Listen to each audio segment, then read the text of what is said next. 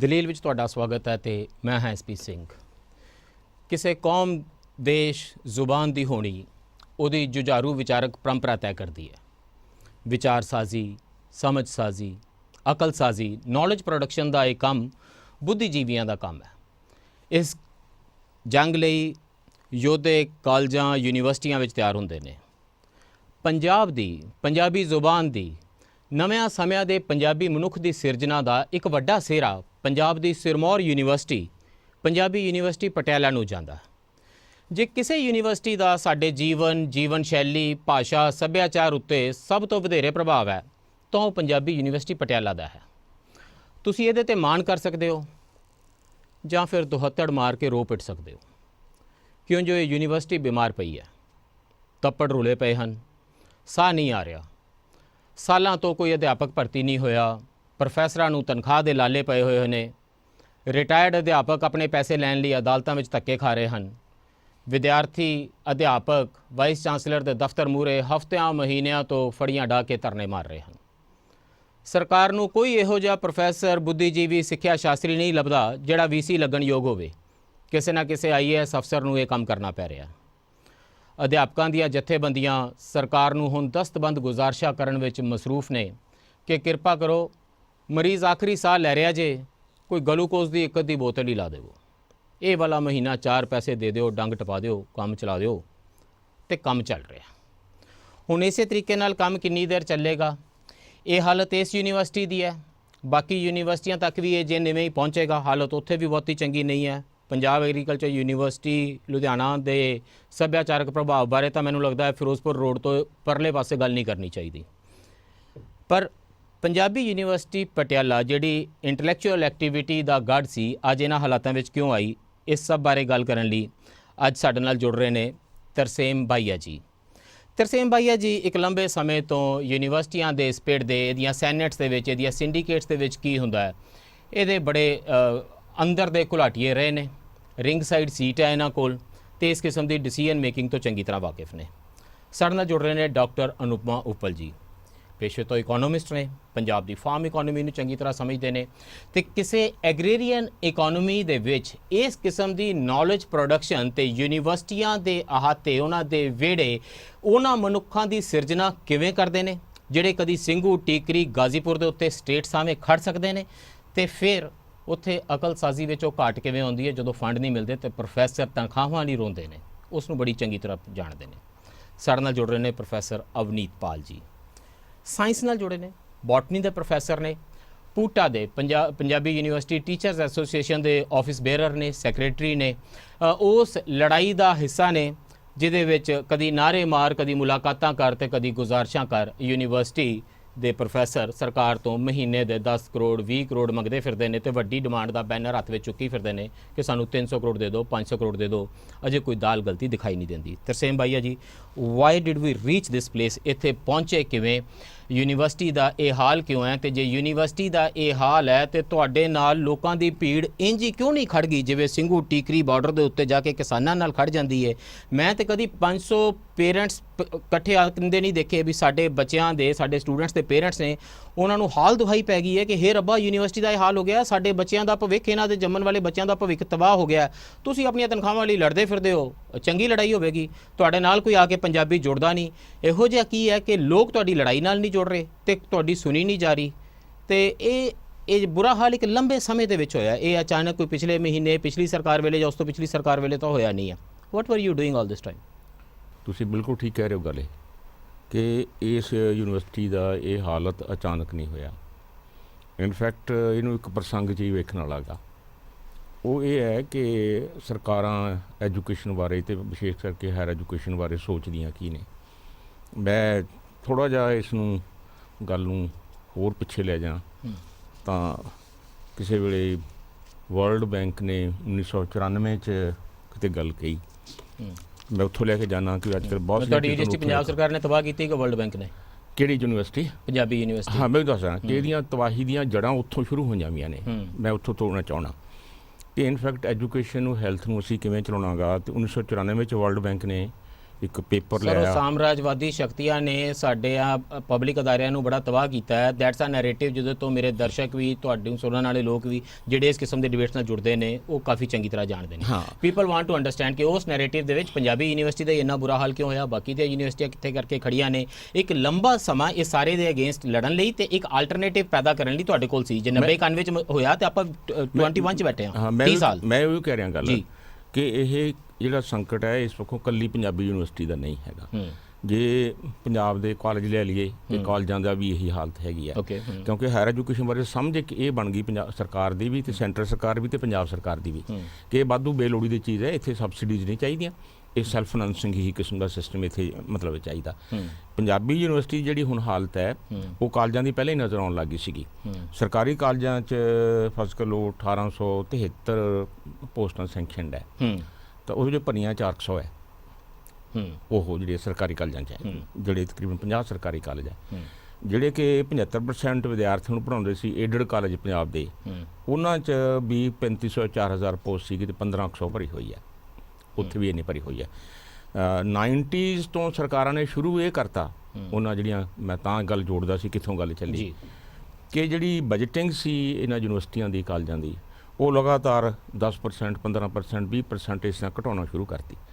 ਤਾਂ ਸਾਰੀ ਤੁਹਾਨੂੰ ਇਹਦੇ ਗੱਲ 'ਚ ਇੱਥੇ ਨਿਕਲ ਆਏਗੀ ਫਸਕ ਲਓ ਕਿ 91 92 ਨੂੰ ਜੇ ਮੈਂ ਕੱਟ ਆਫ ਈਅਰ ਮੰਨਾਂ ਕਿ ਪਹਿਲਾਂ ਸਗੋਂ ਪੰਜਾਬ ਸਰਕਾਰ ਜਦੋਂ ਜਿਹੜੀ ਆਪਣੀ ਅੱਤਵਾਦ ਦੇ ਦੌਰ ਵਿੱਚ ਵੀ ਪੰਜਾਬ ਸਰਕਾਰ ਐਜੂਕੇਸ਼ਨ ਤੇ ਤਕਰੀਬਨ 23.4 23.5% ਬਜਟ ਖਰਚ ਕਰਦੀ ਸੀਗੀ।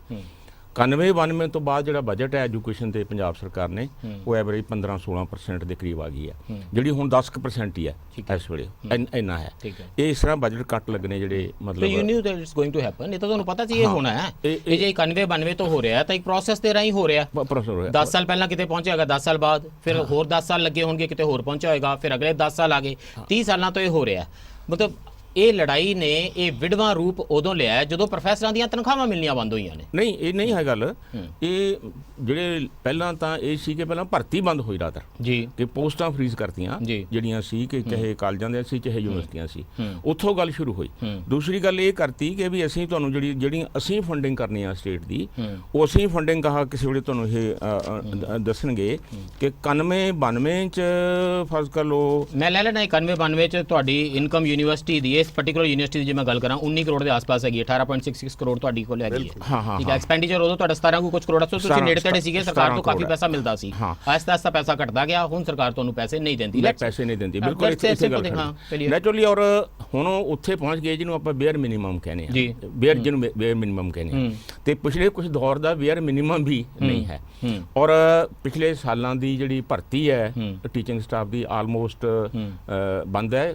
ਸਾਰੀਆਂ ਹੀ ਪੰਜਾਬ ਦੀਆਂ ਯੂਨੀਵਰਸਿਟੀਆਂ, ਇਹਨਾਂ ਦੀ ਇਕੱਲੀ ਕੀ, ਚਾਹੇ ਉਹ ਪੰਜਾਬੀ ਯੂਨੀਵਰਸਿਟੀ ਹੈ ਚਾਹੇ ਗੁਰੂ ਨਾਨਕ ਦੇਵ ਯੂਨੀਵਰਸਿਟੀ ਹੈ, 40 ਤੋਂ 60% ਜਿਹੜੀਆਂ ਪੋਸਟਾਂ ਨੇ ਉਹ ਭਰੀਆਂ ਨਹੀਂ ਗਈਆਂ। ਡਾਕਟਰ ਅਨੁਪਮ, ਦੋ ਤਰ੍ਹਾਂ ਦੇ ਨੈਰੇਟਿਵ ਸੁਣਨ ਨੂੰ ਮਿਲਦੇ ਨੇ। ਪਹਿਲੀ ਗੱਲ ਕਿ ਸਰਕਾਰ ਨੇ ਭਰਤੀ ਬੰਦ ਕੀਤੀ ਹੋਈ ਹੈ ਇੱਕ ਲੰਬੇ ਸਮੇਂ ਤੋਂ, ਵੀ ਨੋ ਕਿ ਪੰਜਾਬ ਦੇ ਕਾਲਜਿਸ ਵਿੱਚ ਪਿਛਲੇ 20 ਸਾਲਾਂ ਤੋਂ ਸਰਕਾਰੀ ਕਾਲਜਿਸ ਦੇ ਵਿੱਚ ਕੋਈ ਰੈਗੂਲਰ ਟੀਚਰ ਭਰਤੀ ਨਹੀਂ ਕੀਤੇ ਜਾ ਰਹੇ।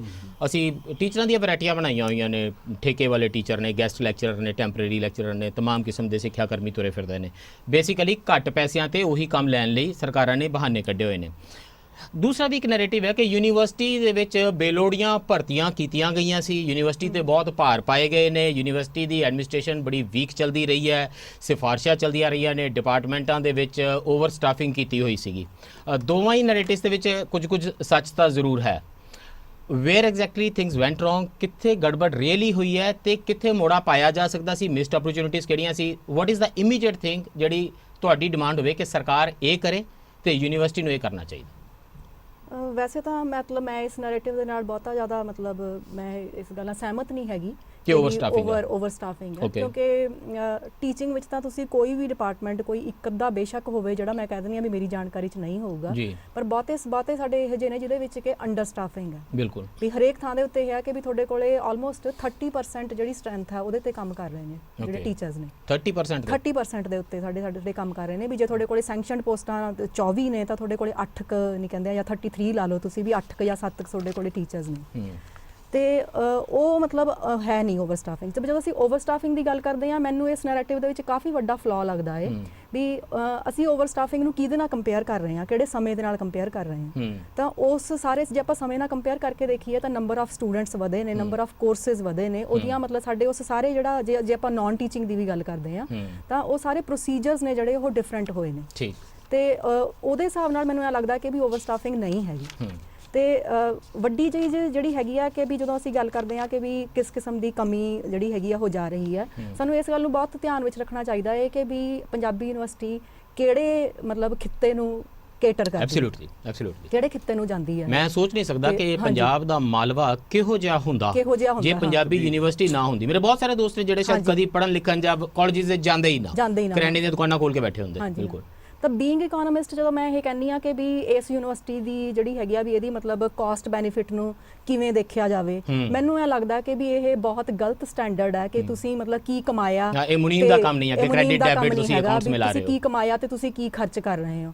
ਵੀ ਇਹ ਅਸਲ ਦੇ ਵਿੱਚ ਹੈ ਕਿ ਵੀ ਤੁਹਾਡਾ ਪ੍ਰਭਾਵ ਹੈ ਜਿਹੜਾ ਸੋਸ਼ਲ ਇੰਪੈਕਟ ਕੀ ਹੈ, ਤੁਸੀਂ ਮਤਲਬ ਕਿਸ ਦਰਜੇ ਦੇ ਉੱਤੇ ਤੁਸੀਂ ਜਿਹੜੀਆਂ ਇਨਇਕੁਐਲਿਟੀਜ਼ ਨੇ ਜਿਹੜੀਆਂ ਇਸ ਖਿੱਤੇ ਦੇ ਵਿੱਚੋਂ ਤੁਸੀਂ ਚੱਕੀਆਂ ਨੇ, ਤੇ ਤੁਹਾਡੇ ਮਤਲਬ ਲੋਕਾਂ ਦੀ ਜਿਹੜੀਆਂ ਪ੍ਰੋਫੈਸਰਾਂ ਦੀ ਜਾਂ ਦੂਜੇ ਸਾਰਿਆਂ ਦੀ ਸੋਸ਼ਲ ਇਨਵੋਲਵਮੈਂਟ ਕੀ ਰਹੀ ਹੈ। ਪ੍ਰੋਫੈਸਰ ਨੀਤਪਾਲ, ਇਹ this is a beautiful narrative. ਜਿਸ ਵੇਲੇ ਕਹਿੰਦੇ ਨੇ ਕਿ 70% ਉੱਥੇ ਪੋਸਟਾਂ ਨਹੀਂ ਹੈਗੀਆਂ, ਪੰਜਾਬ ਦੇ ਲੋਕਾਂ ਨੂੰ ਇਮੀਡੀਏਟਲੀ ਸੁਣਾਈ ਦੇਣਾ ਚਾਹੀਦਾ ਹੈ ਕਿ ਮਾਈ ਗॉड ਸਾਡੇ 70% ਬੱਚਿਆਂ ਨੂੰ ਪੜ੍ਹਾਉਣ ਵਾਲਾ ਉੱਥੇ ਕੋਈ ਨਹੀਂ ਆ। ਉਹਨਾਂ ਦਾ ਭਵਿੱਖ ਹਨੇਰਾ ਕਰਨ ਦਾ, ਸਾਡੀਆਂ ਕਿਸਮਤਾਂ ਖਰਾਬ ਕਰਨ ਦਾ ਪੂਰਾ ਇੰਤਜ਼ਾਮ ਯੂਨੀਵਰਸਿਟੀਆਂ ਵਿੱਚ ਹੋ ਚੁੱਕਾ ਹੋਇਆ, ਪਰ ਲੋਕਾਂ ਨੂੰ ਇਹ ਸੁਣਾਈ ਨਹੀਂ ਦਿੰਦਾ। ਲੋਕਾਂ ਨੂੰ ਉਹ ਅਕਾਊਂਟਿੰਗ ਸੁਣਾਈ ਦਿੰਦੀ ਹੈ ਕਿ ਤੁਹਾਨੂੰ ਪੈਸੇ ਕਿੰਨੇ ਪਹਿਲਾਂ ਮਿਲਦੇ ਸੀ, ਹੁਣ ਕਿੰਨੇ ਪੈਸੇ ਮਿਲਦੇ ਨੇ, ਕਿੰਨੇ ਪੈਸੇ ਪ੍ਰੋਫੈਸਰ ਮੰਗਦੇ ਨੇ, 500 ਕਰੋੜ ਰੁਪਇਆ ਸਰਕਾਰ ਕਿੱਥੋਂ ਲੈ ਆਵੇ, ਸਰਕਾਰ ਕੋਲ ਤਾਂ ਪਹਿਲਾਂ ਹੀ ਪੈਸੇ ਨਹੀਂ ਹੈਗੇ।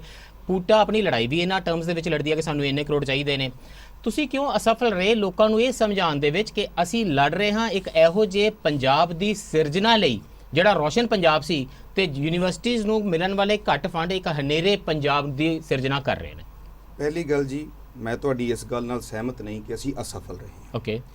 ਅਸੀਂ ਪੇਰੈਂਟਸ ਤੱਕ ਪਹੁੰਚ ਕਰ ਰਹੇ ਹਾਂ। ਅਸੀਂ ਸਾਡੇ ਵਿਦਿਆਰਥੀਆਂ ਨਾਲ ਲਗਾਤਾਰ ਰਾਬਤਾ ਸਾਡਾ ਕਾਇਮ ਹੈ। ਸਾਨੂੰ ਬਹੁਤ ਸਾਰੇ ਕਾਰਨਰਸ ਤੋਂ ਇਨਪੁਟਸ ਆ ਰਹੀਆਂ ਨੇ, ਪਰ ਫਿਲਹਾਲ ਜਿਹੜੀ ਲੜਾਈ ਦਾ ਰੂਪ ਹੈ, ਅਸੀਂ ਆਪਣੇ ਪੱਧਰ ਤੇ ਦੋ ਤਰ੍ਹਾਂ ਦੀ ਲੜਾਈ ਹੈ ਜੀ। ਇੱਕ ਅਸੀਂ ਸਥਾਨਕ ਲੜਾਈ ਲੜ ਰਹੇ ਹਾਂ ਜਿਸ 'ਚ ਸਾਡੀ ਐਡਮਿਨਿਸਟ੍ਰੇਸ਼ਨ ਨਾਲ ਕੁਝ ਮੁੱਦਿਆਂ ਦੀ ਲੜਾਈ ਹੈ। ਇੱਕ ਅਸੀਂ ਲਾਰਜਰ ਪਰਸਪੈਕਟਿਵ 'ਚ ਲੜਾਈ ਲੜਨੀ ਹੈ। ਠੀਕ। ਉਸ ਦੀ ਲਾਮਬੰਦੀ ਸ਼ੁਰੂ ਹੋ ਚੁੱਕੀ ਹੈ। ਅਸੀਂ ਉਹਦੇ ਲਈ ਆਪਣਾ ਪ੍ਰੋਗਰਾਮ ਬਣਾ ਚੁੱਕੇ ਹਾਂ। ਅਸੀਂ ਸੈਂਸਿਟਾਈਜੇਸ਼ਨ ਕਰਨੀ ਸ਼ੁਰੂ ਕਰ ਦਿੱਤੀ ਹੈ। ਉਹ ਚਾਹੇ ਸਾਡੀ 1-to-1 ਪ੍ਰੋਗਰਾਮ ਹੈ, ਚਾਹੇ ਸਾਨੂੰ ਸ਼ਹਿਰ 'ਚ ਜਾਣਾ ਪਵੇ, ਉਹਦੇ ਲਈ ਪੂਰਾ ਪਲਾਨਡ ਪ੍ਰੋਗਰਾਮ। ਮੈਂ ਨਾ ਇਹੋ ਜਿਹੇ ਫੌਜੀਆਂ ਤੇ ਬੜਾ ਤਰਸ ਆਉਂਦਾ ਜਿਹੜੇ ਕਹਿਣ ਵੀ ਅਸੀਂ ਹੁਣ ਉਨੀ ਤਿਆਰੀ ਕਰ ਲਈ ਹੈ ਕਿਉਂਕਿ ਸਾਡੇ ਆਖਰੀ ਫੌਜੀ ਦੀ ਵਰਦੀ ਫਟ ਗਈ ਆ, ਹਥਿਆਰ ਹੁਣ ਖਤਮ ਹੋ ਗਿਆ, ਪੱਲੇ ਕੁਝ ਰਿਹਾ ਨਹੀਂ, ਹੁਣ ਬੈਕ ਟੂ ਦਾ ਵਾਲ ਆ ਅਸੀਂ, ਹੁਣ ਅਸੀਂ ਲੜਨ ਲਈ ਪੂਰਾ ਜੰਮ ਕੇ ਅੱਗੇ ਆ ਗਿਆ। ਮੈਂ ਇਹਨਾਂ ਨੂੰ ਜਿਹੜਾ ਸਵਾਲ ਪੁੱਛ ਰਿਹਾ ਸੀ ਇਹੀ ਸੀ ਕਿ 30 ਸਾਲਾਂ ਤੋਂ ਬੁਰਾ ਹਾਲ ਹੋ ਰਿਹਾ ਸੀ। ਜੇ ਪੰਜਾਬ ਦੇ ਵਿੱਚ ਰਿਕਰੂਟਮੈਂਟ ਰੁਕੀ ਸੀ ਟੀਚਰਸ ਦੀ ਕਾਲਜਸ ਦੇ ਵਿੱਚ ਤਾਂ 20 ਸਾਲ ਪਹਿਲਾਂ ਰੁਕ ਗਈ ਸੀ। ਸਰ ਮੈਂ ਉਸੇ ਗੱਲ ਤੇ ਆਉਣਾ, ਵਿਚ ਮੀਨਸ ਉਹ ਲੜਾਈਆਂ ਬਹੁਤ ਵਿੜਵੀਆਂ ਪਹਿਲਾਂ ਲੜਨ ਵਾਲੀਆਂ ਸੀ। ਲੋਕਾਂ ਨੂੰ ਹੁਣ ਇਹ ਲੱਗਦਾ ਵੀ ਉਸ ਵੇਲੇ ਨਹੀਂ ਲੜੇ, ਤੁਸੀਂ ਹੁਣ ਤਨਖਾਹਾਂ ਲਈ ਲੜ ਰਹੇ ਹੋ। ਮੈਂ ਉਸੇ ਚੀਜ਼ ਤੇ ਆ ਰਿਹਾ। ਤੁਸੀਂ ਗੱਲ ਸ਼ੁਰੂ ਕੀਤੀ ਕਿ ਕਿਵੇਂ ਹੋਈ ਹਾਲਾਤ। 91-92 ਦੀ ਡਾਕਟਰ ਬਾਈਆ ਹੋਣਾ ਨੇ ਰੈਫਰੈਂਸ ਦਿੱਤਾ ਤੁਹਾਨੂੰ। 91-92 ਦੇ ਵਿੱਚ 25 ਡਿਪਾਰਟਮੈਂਟ ਸੀਗੇ ਪੰਜਾਬੀ ਯੂਨੀਵਰਸਿਟੀ ਪਟਿਆਲਾ ਦੇ, ਲਗਭਗ 3 ਸਾਡੇ ਕੋਲ ਰੀਜਨਲ ਸੈਂਟਰ ਸੀਗੇ।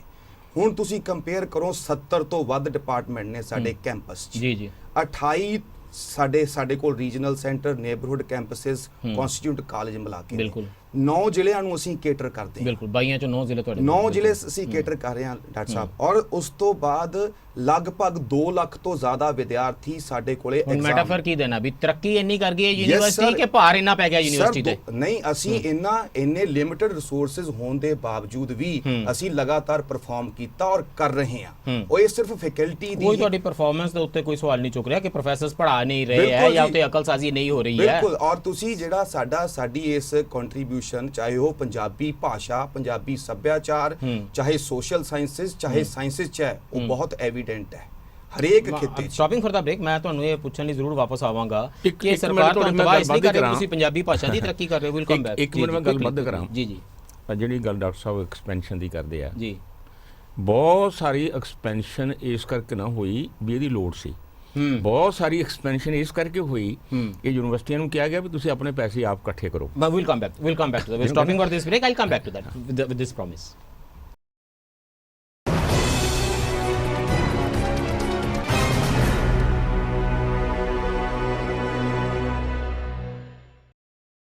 ਤਰਸੇਮ ਭਾਈ ਜੀ ਤੁਸੀਂ ਕਹਿ ਰਹੇ ਸੀ ਕਿ ਯੂਨੀਵਰਸਿਟੀ ਦੇ ਉੱਤੇ ਬਹੁਤ ਤਰੀਕੇ ਦੇ ਭਾਰ ਪਾਏ ਗਏ ਨੇ, ਸ਼ਾਇਦ ਇੱਕ ਨਜ਼ਰੀਆ ਬਣ ਰਿਹਾ ਸੀਗਾ 91-92 ਦੀਆਂ ਪਾਲਿਸੀਜ਼ ਤੋਂ ਬਾਅਦ ਕਿ ਇੱਕ ਭਾਈ ਐਂਟਰਪ੍ਰਾਈਜ਼ ਦੇ ਐਂਟਰਪ੍ਰੀਨੀਅਰ ਹੋ ਜਾਣ ਯੂਨੀਵਰਸਿਟੀ। ਮੈਂ ਦੱਸਾਂ ਮੈਂ ਗੱਲ ਕਰ ਰਿਹਾ ਸੀ, ਆਪਣੇ ਪੈਸੇ ਆਪ ਕਮਾਇਆ ਕਰਨ, ਇਸ ਕਰਕੇ ਤੁਹਾਨੂੰ ਦੇ ਦਿੱਤੇ ਉਹਨਾਂ ਨੇ ਕੁਐਸਚਨ ਪਰਜਸ ਜੀ। ਬਿਫਰਕ ਲੋ ਯੂਨੀਵਰਸਿਟੀ ਨੇ ਆਪਣੇ ਵਿੱਚ ਅੰਦਰ ਇੰਜੀਨੀਅਰਿੰਗ ਕਾਲਜ ਖੋਲ੍ਹਿਆ, ਜਿਹਦੀ ਹੁਣ ਬੜੀ ਚਰਚਾ ਹੁੰਦੀ ਹੈ, ਕਿਉਂਕਿ ਮੰਨਿਆ ਜਾਂਦਾ ਸੀ ਕਿ ਇੰਜੀਨੀਅਰਿੰਗ ਕਾਲਜ ਚੋਂ ਪੈਸਾ ਕਮਾਇਆ ਜਾ ਸਕਦਾ ਜੀ।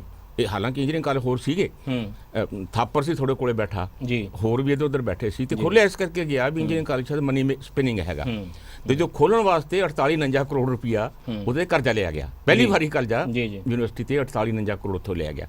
ਫਿਰ ਜਾ ਕੇ ਉੱਥੇ ਕਾਲਜ ਖੋਲ੍ਹਿਆ ਤਲਵੰਡੀ ਸਾਹਿਬ, ਰਾਮਪੁਰਾ ਫੂਲ, ਚਲੋ ਹੋਰ ਕਾਲਜ ਖੋਲ੍ਹੇ। ਉਹ ਜਿਹੜੀ ਐਕਸਪੈਂਸ਼ਨ ਵੀ ਹੋਈ, ਜਿਵੇਂ ਕਾਲਜਾਂ ਦੀ ਐਕਸਪੈਂਸ਼ਨ ਪਰ ਸਭ ਗੱਲ ਕਰਦੇ ਆ, ਉਹ ਐਕਸਪੈਂਸ਼ਨ ਇਸ ਪਲਾਨ 'ਚ ਨਹੀਂ ਹੋਈ ਕਿ ਯੂਨੀਵਰਸਿਟੀ ਪਲਾਨ ਕਰਕੇ ਕੋਈ ਖੋਲ ਰਹੀ ਹੈ, ਸਰਕਾਰ ਖੋਲ ਰਹੀ ਸੀ, ਕਿਉਂਕਿ ਪ੍ਰਾਈਵੇਟ ਕਮਰਸ਼ੀਅਲ ਸੈਕਟਰ ਵਾਸ ਐਕਸਪੈਂਡਿੰਗ, ਦੇ ਵਰ ਓਪਨਿੰਗ ਇੰਸਟੀਟਿਊਸ਼ਨਸ, ਠੀਕ ਹੈ। ਪਰ ਉਹਨਾਂ ਦੇ ਜਿਹੜੇ ਵਿਦਿਆਰਥੀ ਸੀ ਉਹਨੂੰ ਐਗਜ਼ਾਮੀਨੇਸ਼ਨ ਲੈਣੇ, ਉਹਨਾਂ ਦੇ ਪੇਪਰ ਬਣਾਉਣੇ, ਉਹ ਤਾਂ ਸਾਰਾ ਭਾਈ ਯੂਨੀਵਰਸਿਟੀ ਦੇ ਉੱਤੇ ਆ ਗਿਆ, ਉਹ ਤਾਂ ਯੂਨੀਵਰਸਿਟੀ ਤੇ ਆਉਣਾ ਸੀ। ਡੈਸਪਰੇਸ਼ਨ ਯੂਨੀਵਰਸਿਟੀ ਵੀ ਬਹੁਤ ਕੁਝ ਖੋਲ ਰਹੀ ਹੈ, ਬਹੁਤ ਸਾਰੇ ਕੋਰਸਿਸ ਯੂਨੀਵਰਸਿਟੀ ਵਿੱਚ ਇਦਾਂ ਦੇ ਖੋਲ ਰਹੇ ਨੇ ਕਿਉਂਕਿ ਹੁਣ ਪੈਸੇ ਕਮਾਣੇ ਨੇ। ਯੂਨੀਵਰਸਿਟੀ ਨੇ ਵੀ ਨਾਲ ਦੁਕਾਨਾਂ ਖੋਲ੍ਹਣੀਆਂ ਸ਼ੁਰੂ ਕਰ ਦਿੱਤੀਆਂ। ਉਹਨਾਂ ਨੂੰ ਵੀ ਲੱਗਦਾ ਸੀ ਕਿ ਸ਼ਾਇਦ ਸਗੋਂ ਪਹਿਲੀ ਵਾਰੀ ਇਹ ਗੱਲ ਹੋਈ ਕਿ ਯੂਨੀਵਰਸਿਟੀ ਦੇ ਵਿੱਚ ਪ੍ਰੋਫੈਸਰਸ ਦਾ ਉਸ ਵੇਲੇ ਪ੍ਰਿੰਸੀਪਲ ਸਟੈਂਡ ਕਿੱਥੇ ਸੀਗਾ ਕਿ ਅਸੀਂ ਇਹ ਕੋਰਸਿਸ ਨਹੀਂ ਸਟਾਰਟ ਕਰਾਂਗੇ, ਯੂਨੀਵਰਸਿਟੀਆਂ ਇਸ ਲਈ ਨਹੀਂ ਹੈ। ਇਨਫੈਕਟ ਲੈਟਸ ਗੋ ਬੈਕ, ਤੁਹਾਨੂੰ ਵਾਪਸ ਜਾਣ ਦਾ ਬਹੁਤ ਸ਼ੌਕ ਹੈ 90-91 ਦੇ ਵਿੱਚ। ਯੂਨੀਵਰਸਿਟੀਆਂ ਦਾ ਮੈਂਡੇਟ ਕੀ ਸੀਗਾ, ਯੂਨੀਵਰਸਿਟੀਆਂ ਬਣਨੀਆਂ ਕਾਹਦੇ ਲਈ ਸੀ? ਤੁਸੀਂ ਅੰਡਰ ਗ੍ਰੈਜੂਏਟ ਕੋਰਸਿਸ ਉੱਥੇ ਰਨ ਹੀ ਕਿਉਂ ਕਰ ਰਹੇ ਸੀਗੇ? ਪੰਜਾਬੀ ਯੂਨੀਵਰਸਿਟੀ ਕਿਉਂ ਅੰਡਰ ਗ੍ਰੈਜੂਏਟ ਕੋਰਸਿਸ ਰਨ ਕਰ ਰਹੀ ਹੈ? ਮੈਂ ਕਹਿ ਰਿਹਾ ਕਿ ਦਰਅਸਲ ਯੂਨੀਵਰਸਿਟੀ ਨੂੰ ਮਜਬੂਰ ਕੀਤਾ ਗਿਆ, ਮੈਂ ਗੱਲ ਕਹਾਂਗੇ ਮਜਬੂਰ ਕੀਤਾ ਗਿਆ ਕਿ ਜਿਹੜਾ ਯੂਨੀਵਰਸਿਟੀ ਦਾ ਆਪਣਾ ਮੈਂਡੇਟ ਸੀ ਕਿ ਪੰਜਾਬੀ ਲੈਂਗੁਏਜ, ਪੰਜਾਬੀ ਸੱਭਿਆਚਾਰ, ਉਸ ਦਾ ਵਿਕਾਸ ਕਰਨਾ, ਉਹਨੂੰ ਲੈ ਕੇ ਤੋਰਨਾ, ਉਹਨੂੰ ਇਹ ਕਿਹਾ ਗਿਆ ਵੀ ਨਹੀਂ ਹੁਣ ਸਾਡੇ ਨਹੀਂ, ਅਸੀਂ ਨਹੀਂ ਪੈਸੇ ਦੇਣੇ। ਜਿਹੜੇ ਫਿਗਰ ਤੁਹਾਡੇ ਸਾਹਮਣੇ ਪਏ ਨੇ ਕਿ ਕਿੰਨੇ ਪੈਸੇ ਕਹਿੰਦੇ ਕਿ ਉਸ ਵੇਲੇ ਲੜਾਈ ਕਿੱਥੇ ਸੀਗੀ ਜਿਸ ਵੇਲੇ ਇਹ ਸਾਰੇ ਕੋਰਸਿਸ ਖੋਲ ਰਹੇ ਸੀਗੇ? ਮੈਂ ਤੁਹਾਡੀ ਉਸ ਵੇਲੇ ਕਿੰਨੇ ਪ੍ਰੋਫੈਸਰ ਨੇ ਰਿਜ਼ਾਈਨ ਕਰ ਦਿੱਤਾ? ਪੂਟਾ ਨੇ ਉਸ ਵੇਲੇ ਕਿਹੜੇ ਬਿਆਨ ਦੇ ਦਿੱਤੇ? ਕਿਸ ਵੇਲੇ ਪੂਟਾ ਲੜਨ ਆ ਗਈ ਕਿ ਇਹ ਕੋਰਸਿਸ ਨਹੀਂ ਚੱਲਣ ਦਿੱਤੇ ਜਾਣਗੇ? ਕੱਲ ਨੂੰ ਤੁਸੀਂ ਫੈਸ਼ਨ ਟੈਕਨੋਲੋਜੀ ਦੇ ਉੱਤੇ ਖੋਲ ਦੋਗੇ ਇੰਸਟੀਚਿਊਟ। ਸਹਿਮਤ ਹਾਂ ਕਿ ਸ਼ਾਇਦ ਉਸ ਵੇਲੇ ਜਿਹੜੀਆਂ ਆਪਣੇ ਫੈਕਲਟੀ ਸੀ ਜਾਂ ਲੋਕ ਸੀਗੇ, ਉਹਨਾਂ ਨੂੰ ਇਹ ਲੱਗਦਾ ਸੀ ਕਿ ਵੀ ਸ਼ਾਇਦ ਇਹਦੇ ਚ ਕੋਈ ਮੇਰਾ ਵੀ ਭਲਾ ਹੀ ਹੋ ਜਾਊਗਾ, ਮੇਰਾ ਵੀ ਮੈਨੂੰ ਵੀ ਫਾਇਦਾ ਹੋ ਜਾਏਗਾ, ਕਿਉਂਕਿ ਸਰਵਾਈਵਲ ਸੀਗਾ, ਸਾਡੀ ਯੂਨੀਵਰਸਿਟੀ ਚੱਲ, ਸਾਡੀਆਂ ਤਨਖਾਹਾਂ ਦਾ ਇੰਤਜ਼ਾਮ ਹੋ ਜਾਏਗਾ, ਖੋਲਣ ਦੋ ਹੋਰ ਕੋਰਸਿਸ, ਖੋਲਣ ਦਿਓ, ਆਈਲੈਟਸ ਦਾ ਕੋਈ ਚਲਾ ਦਿਓ, ਆਈਲੈਟਸ ਕਰਕੇ ਚਲਾ ਦਿੱਤਾ, ਆਈਲੈਟਸ ਦਾ ਵੀ ਅੰਡਰ ਗ੍ਰੈਜੂਏਟ ਕੋਰਸਿਸ ਦੀ ਗੱਲ, ਅੰਡਰ ਗ੍ਰੈਜੂਏਟ ਕੋਰਸਿਸ ਦੇ ਯੂਨੀਵਰਸਿਟੀ ਚੱਲੇ ਜਿਹੜੇ ਕਿ ਨਹੀਂ under graduate course really I just want to make sure once again I'm getting it right, IELTS ਦਾ ਵੀ ਕੋਈ ਕੋਰਸ ਚਲਾਇਆ ਯੂਨੀਵਰਸਿਟੀ ਨੇ? ਐਫਰਟ ਹੋਈ ਹੈ ਬੱਚੇ, ਪੈਸੇ ਕਮਾਉਣ ਲਈ ਇੱਥੇ ਆਈਲੈਟਸ ਖੋਲ ਦਿਓ। That's one of the arguments ਕਿ ਜੋ ਵੀ ਬਾਹਰ ਹੋ ਰਿਹਾ ਲੈ ਲਓ। ਉਹ ਮਤਲਬ ਦੀ ਯੂਨੀਵਰਸਿਟੀ ਦੱਸਣ ਪਤਾ ਕੀ ਹੈ ਕਿ decision making where is put our teachers, ਜਿਹੜੀ ਆਪਾਂ ਗੱਲ ਕਰਦੇ ਹਾਂ ਕਿ ਤੁਸੀਂ ਕੀ ਕਰਦੇ ਸੀ, ਇਹ ਹੁੰਦੇ ਕੀ ਹੈ? ਤੁਹਾਡੇ ਡਿਸੀਜਨ ਮੇਕਿੰਗ ਸਰਕਾਰ ਕਰਦੀ ਹੈ, ਤੁਹਾਡੀ ਡਿਸੀਜਨ ਮੇਕਿੰਗ ਸਿੰਡੀਕੇਟ ਕਰਦੀ ਹੈ, ਜਿਹਦੇ ਵਿੱਚ ਕੌਣ ਬੈਠੇ ਨੇ ਕਿਤੇ। ਅਵਨੀਤਪਾਲ, ਹੁਣ ਦਰਸ਼ਕ ਇਹਨਾਂ ਦੀਆਂ ਗੱਲਾਂ ਸੁਣ ਕੇ ਕਹਿਣਗੇ ਕਿ ਉਹ ਅਵਨੀਤਪਾਲ ਜੀ ਜਿਹੜੀ ਗੱਲ ਕਹਿ ਰਹੇ ਸੀ ਕਿ ਪੰਜਾਬ ਦੀ, ਪੰਜਾਬੀ ਮਨੁੱਖ ਦੀ ਸਿਰਜਣਾ ਵਿੱਚ ਯੂਨੀਵਰਸਿਟੀ ਦਾ ਬਹੁਤ ਵੱਡਾ ਹੱਥ ਹੈ, ਤੇ ਉਹ ਇਹ ਵੀ ਸੋਚਣਗੇ ਕਿ ਇਹ ਸਵਾਲ ਤਾਂ ਠੀਕ ਹੈ ਕਿ ਉਸ ਵੇਲੇ ਫਿਰ ਪ੍ਰੋਫੈਸਰ ਕਿਉਂ ਨਹੀਂ ਲੜ ਰਹੇ ਸੀ? ਤਾਂ ਕਹਿ ਰਹੇ ਨੇ ਕਿ ਉਸ ਵੇਲੇ when the government was offering you a fight you were found missing from the grounds। Professor ਸ਼ੁਰੂ ਤੋਂ ਹੀ ਲੜਦੇ ਰਹੇ ਨੇ, ਇਹ ਕੋਈ ਓਵਰਨਾਈਟ ਨਹੀਂ ਹੈਗਾ ਕਿ ਹੁਣ ਅਸੀਂ ਸੰਘਰਸ਼ ਸ਼ੁਰੂ ਕੀਤਾ। ਸਰ ਸਭ ਤੋਂ ਸਿਆਣੇ ਲੋਕ, ਬੁੱਧੀਜੀਵੀ, ਮਤਲਬ ਪਰ ਸਕੁਅਰ ਮੀਟਰ ਜਿਹੜੀ ਬੁੱਧੀਜੀਵਿਕਾ ਉਹ ਯੂਨੀਵਰਸਿਟੀ 'ਚ ਮੈਨੂੰ ਲੱਗਦਾ ਸਭ ਤੋਂ ਜ਼ਿਆਦਾ ਪਾਈ ਜਾਂਦੀ ਹੋਣੀ, ਸਭ ਤੋਂ ਜ਼ਰਖੇਜ਼ ਮਿੱਟੀ ਹੋਣੀ ਹੈ, ਤੇ ਉੱਥੋਂ ਦੇ ਲੋਕ 30 ਸਾਲਾਂ ਦੇ ਵਿੱਚ ਇੱਕ ਆਲਟਰਨੇਟਿਵ ਲਿਆਉਣ ਦੇ ਅਸਮਰਥ ਰਹੇ। ਯੂਨੀਵਰਸਿਟੀ ਤਾਂ ਰੈਵੋਲੂਸ਼ਨਰੀ ਲੈਫਟ ਨਾਲ ਵੀ ਕੁਰਬਲ ਕਰਦੀ ਪਈ ਹੈ। ਬਿਲਕੁਲ ਸਰ, ਔਰ ਯੂਨੀਵਰਸਿਟੀ ਦੇ ਟੀਚਰਾਂ ਨੇ, ਨਾਟ ਓਨਲੀ ਟੀਚਰਾਂ ਨੇ, ਵੱਖ-ਵੱਖ ਸਟੇਕ ਹੋਲਡਰਸ ਨੇ ਹਰੇਕ ਪਲੇਟਫਾਰਮ ਤੇ ਹਰੇਕ ਡਿਸੀਜਨ ਦੇ ਨਾਲ ਜਿਹੜਾ ਯੂਨੀਵਰਸਿਟੀ ਦੇ ਨੂੰ ਕਿਸੇ ਵੀ ਤਰ੍ਹਾਂ ਨਾਲ ਅਫੈਕਟ ਕਰਦਾ ਸੀ ਉਹਦੇ ਲਈ ਆਵਾਜ਼ ਉਠਾਈ ਹੈ। ਸਰ ਯੁੱਧ ਦੇ ਮੈਦਾਨ ਤੋਂ ਆ ਰਹੀਆਂ ਖਬਰਾਂ ਤਾਂ ਬਹੁਤ ਨਿਰਾਸ਼ਾਜਨਕ ਨੇ। ਨਹੀਂ ਸਰ, ਹੁਣ ਹਾਲਾਤ ਇਹੋ ਜਿਹੇ ਹੋ ਚੁੱਕੇ ਨੇ ਜਦੋਂ ਸਾਡੀ ਲੜਾਈ ਜਿਹੜੀ ਆ ਉਹ ਬੇਅਰ ਮਿਨੀਮਮ ਦੀ ਹੋ ਗਈ ਹੈ, ਤਾਂ ਇਸ ਕਰਕੇ ਨਿਰਾਸ਼ਾ ਦਾ ਮਾਹੌਲ ਪਾਇਆ ਜਾ ਰਿਹਾ। ਜੇ ਅਸੀਂ ਕਾਊਂਟਰ ਚਾਰजेस ਕਿ you were fighting for bare minimum ਨਾ, ਯੈਸ ਵੀ ਵਰ, ਤੁਸੀਂ ਲਾੜੀ ਬੇਅਰ ਮਿਨੀਮਮ ਨਹੀਂ ਰਹੇ ਸੀ।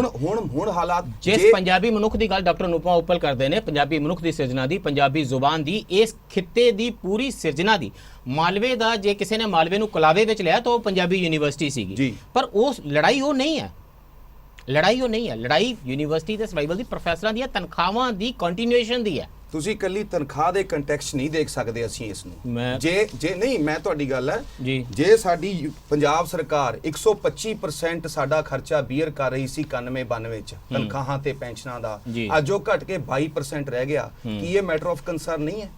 ਨਹੀਂ, ਮੈਟਰ ਆਫ ਕੰਸਰਨ ਹੈ, ਮੈਂ ਇਸ ਤੋਂ ਕੋਈ ਇਨਕਾਰ ਨਹੀਂ। ਹਾਂ, ਜੇ ਅਲਟੀਮੇਟਲੀ ਤੁਸੀਂ ਇਹਦੇ ਨਾਲ ਇੱਕ ਹੋਰ ਚੀਜ਼ ਹੈ ਦੇਖਣ ਵਾਲੀ, ਡਾਕਟਰ ਸਾਹਿਬ ਇੱਕ ਚੀਜ਼ ਪੈਰਲਲ ਹੋਰ ਹੈ।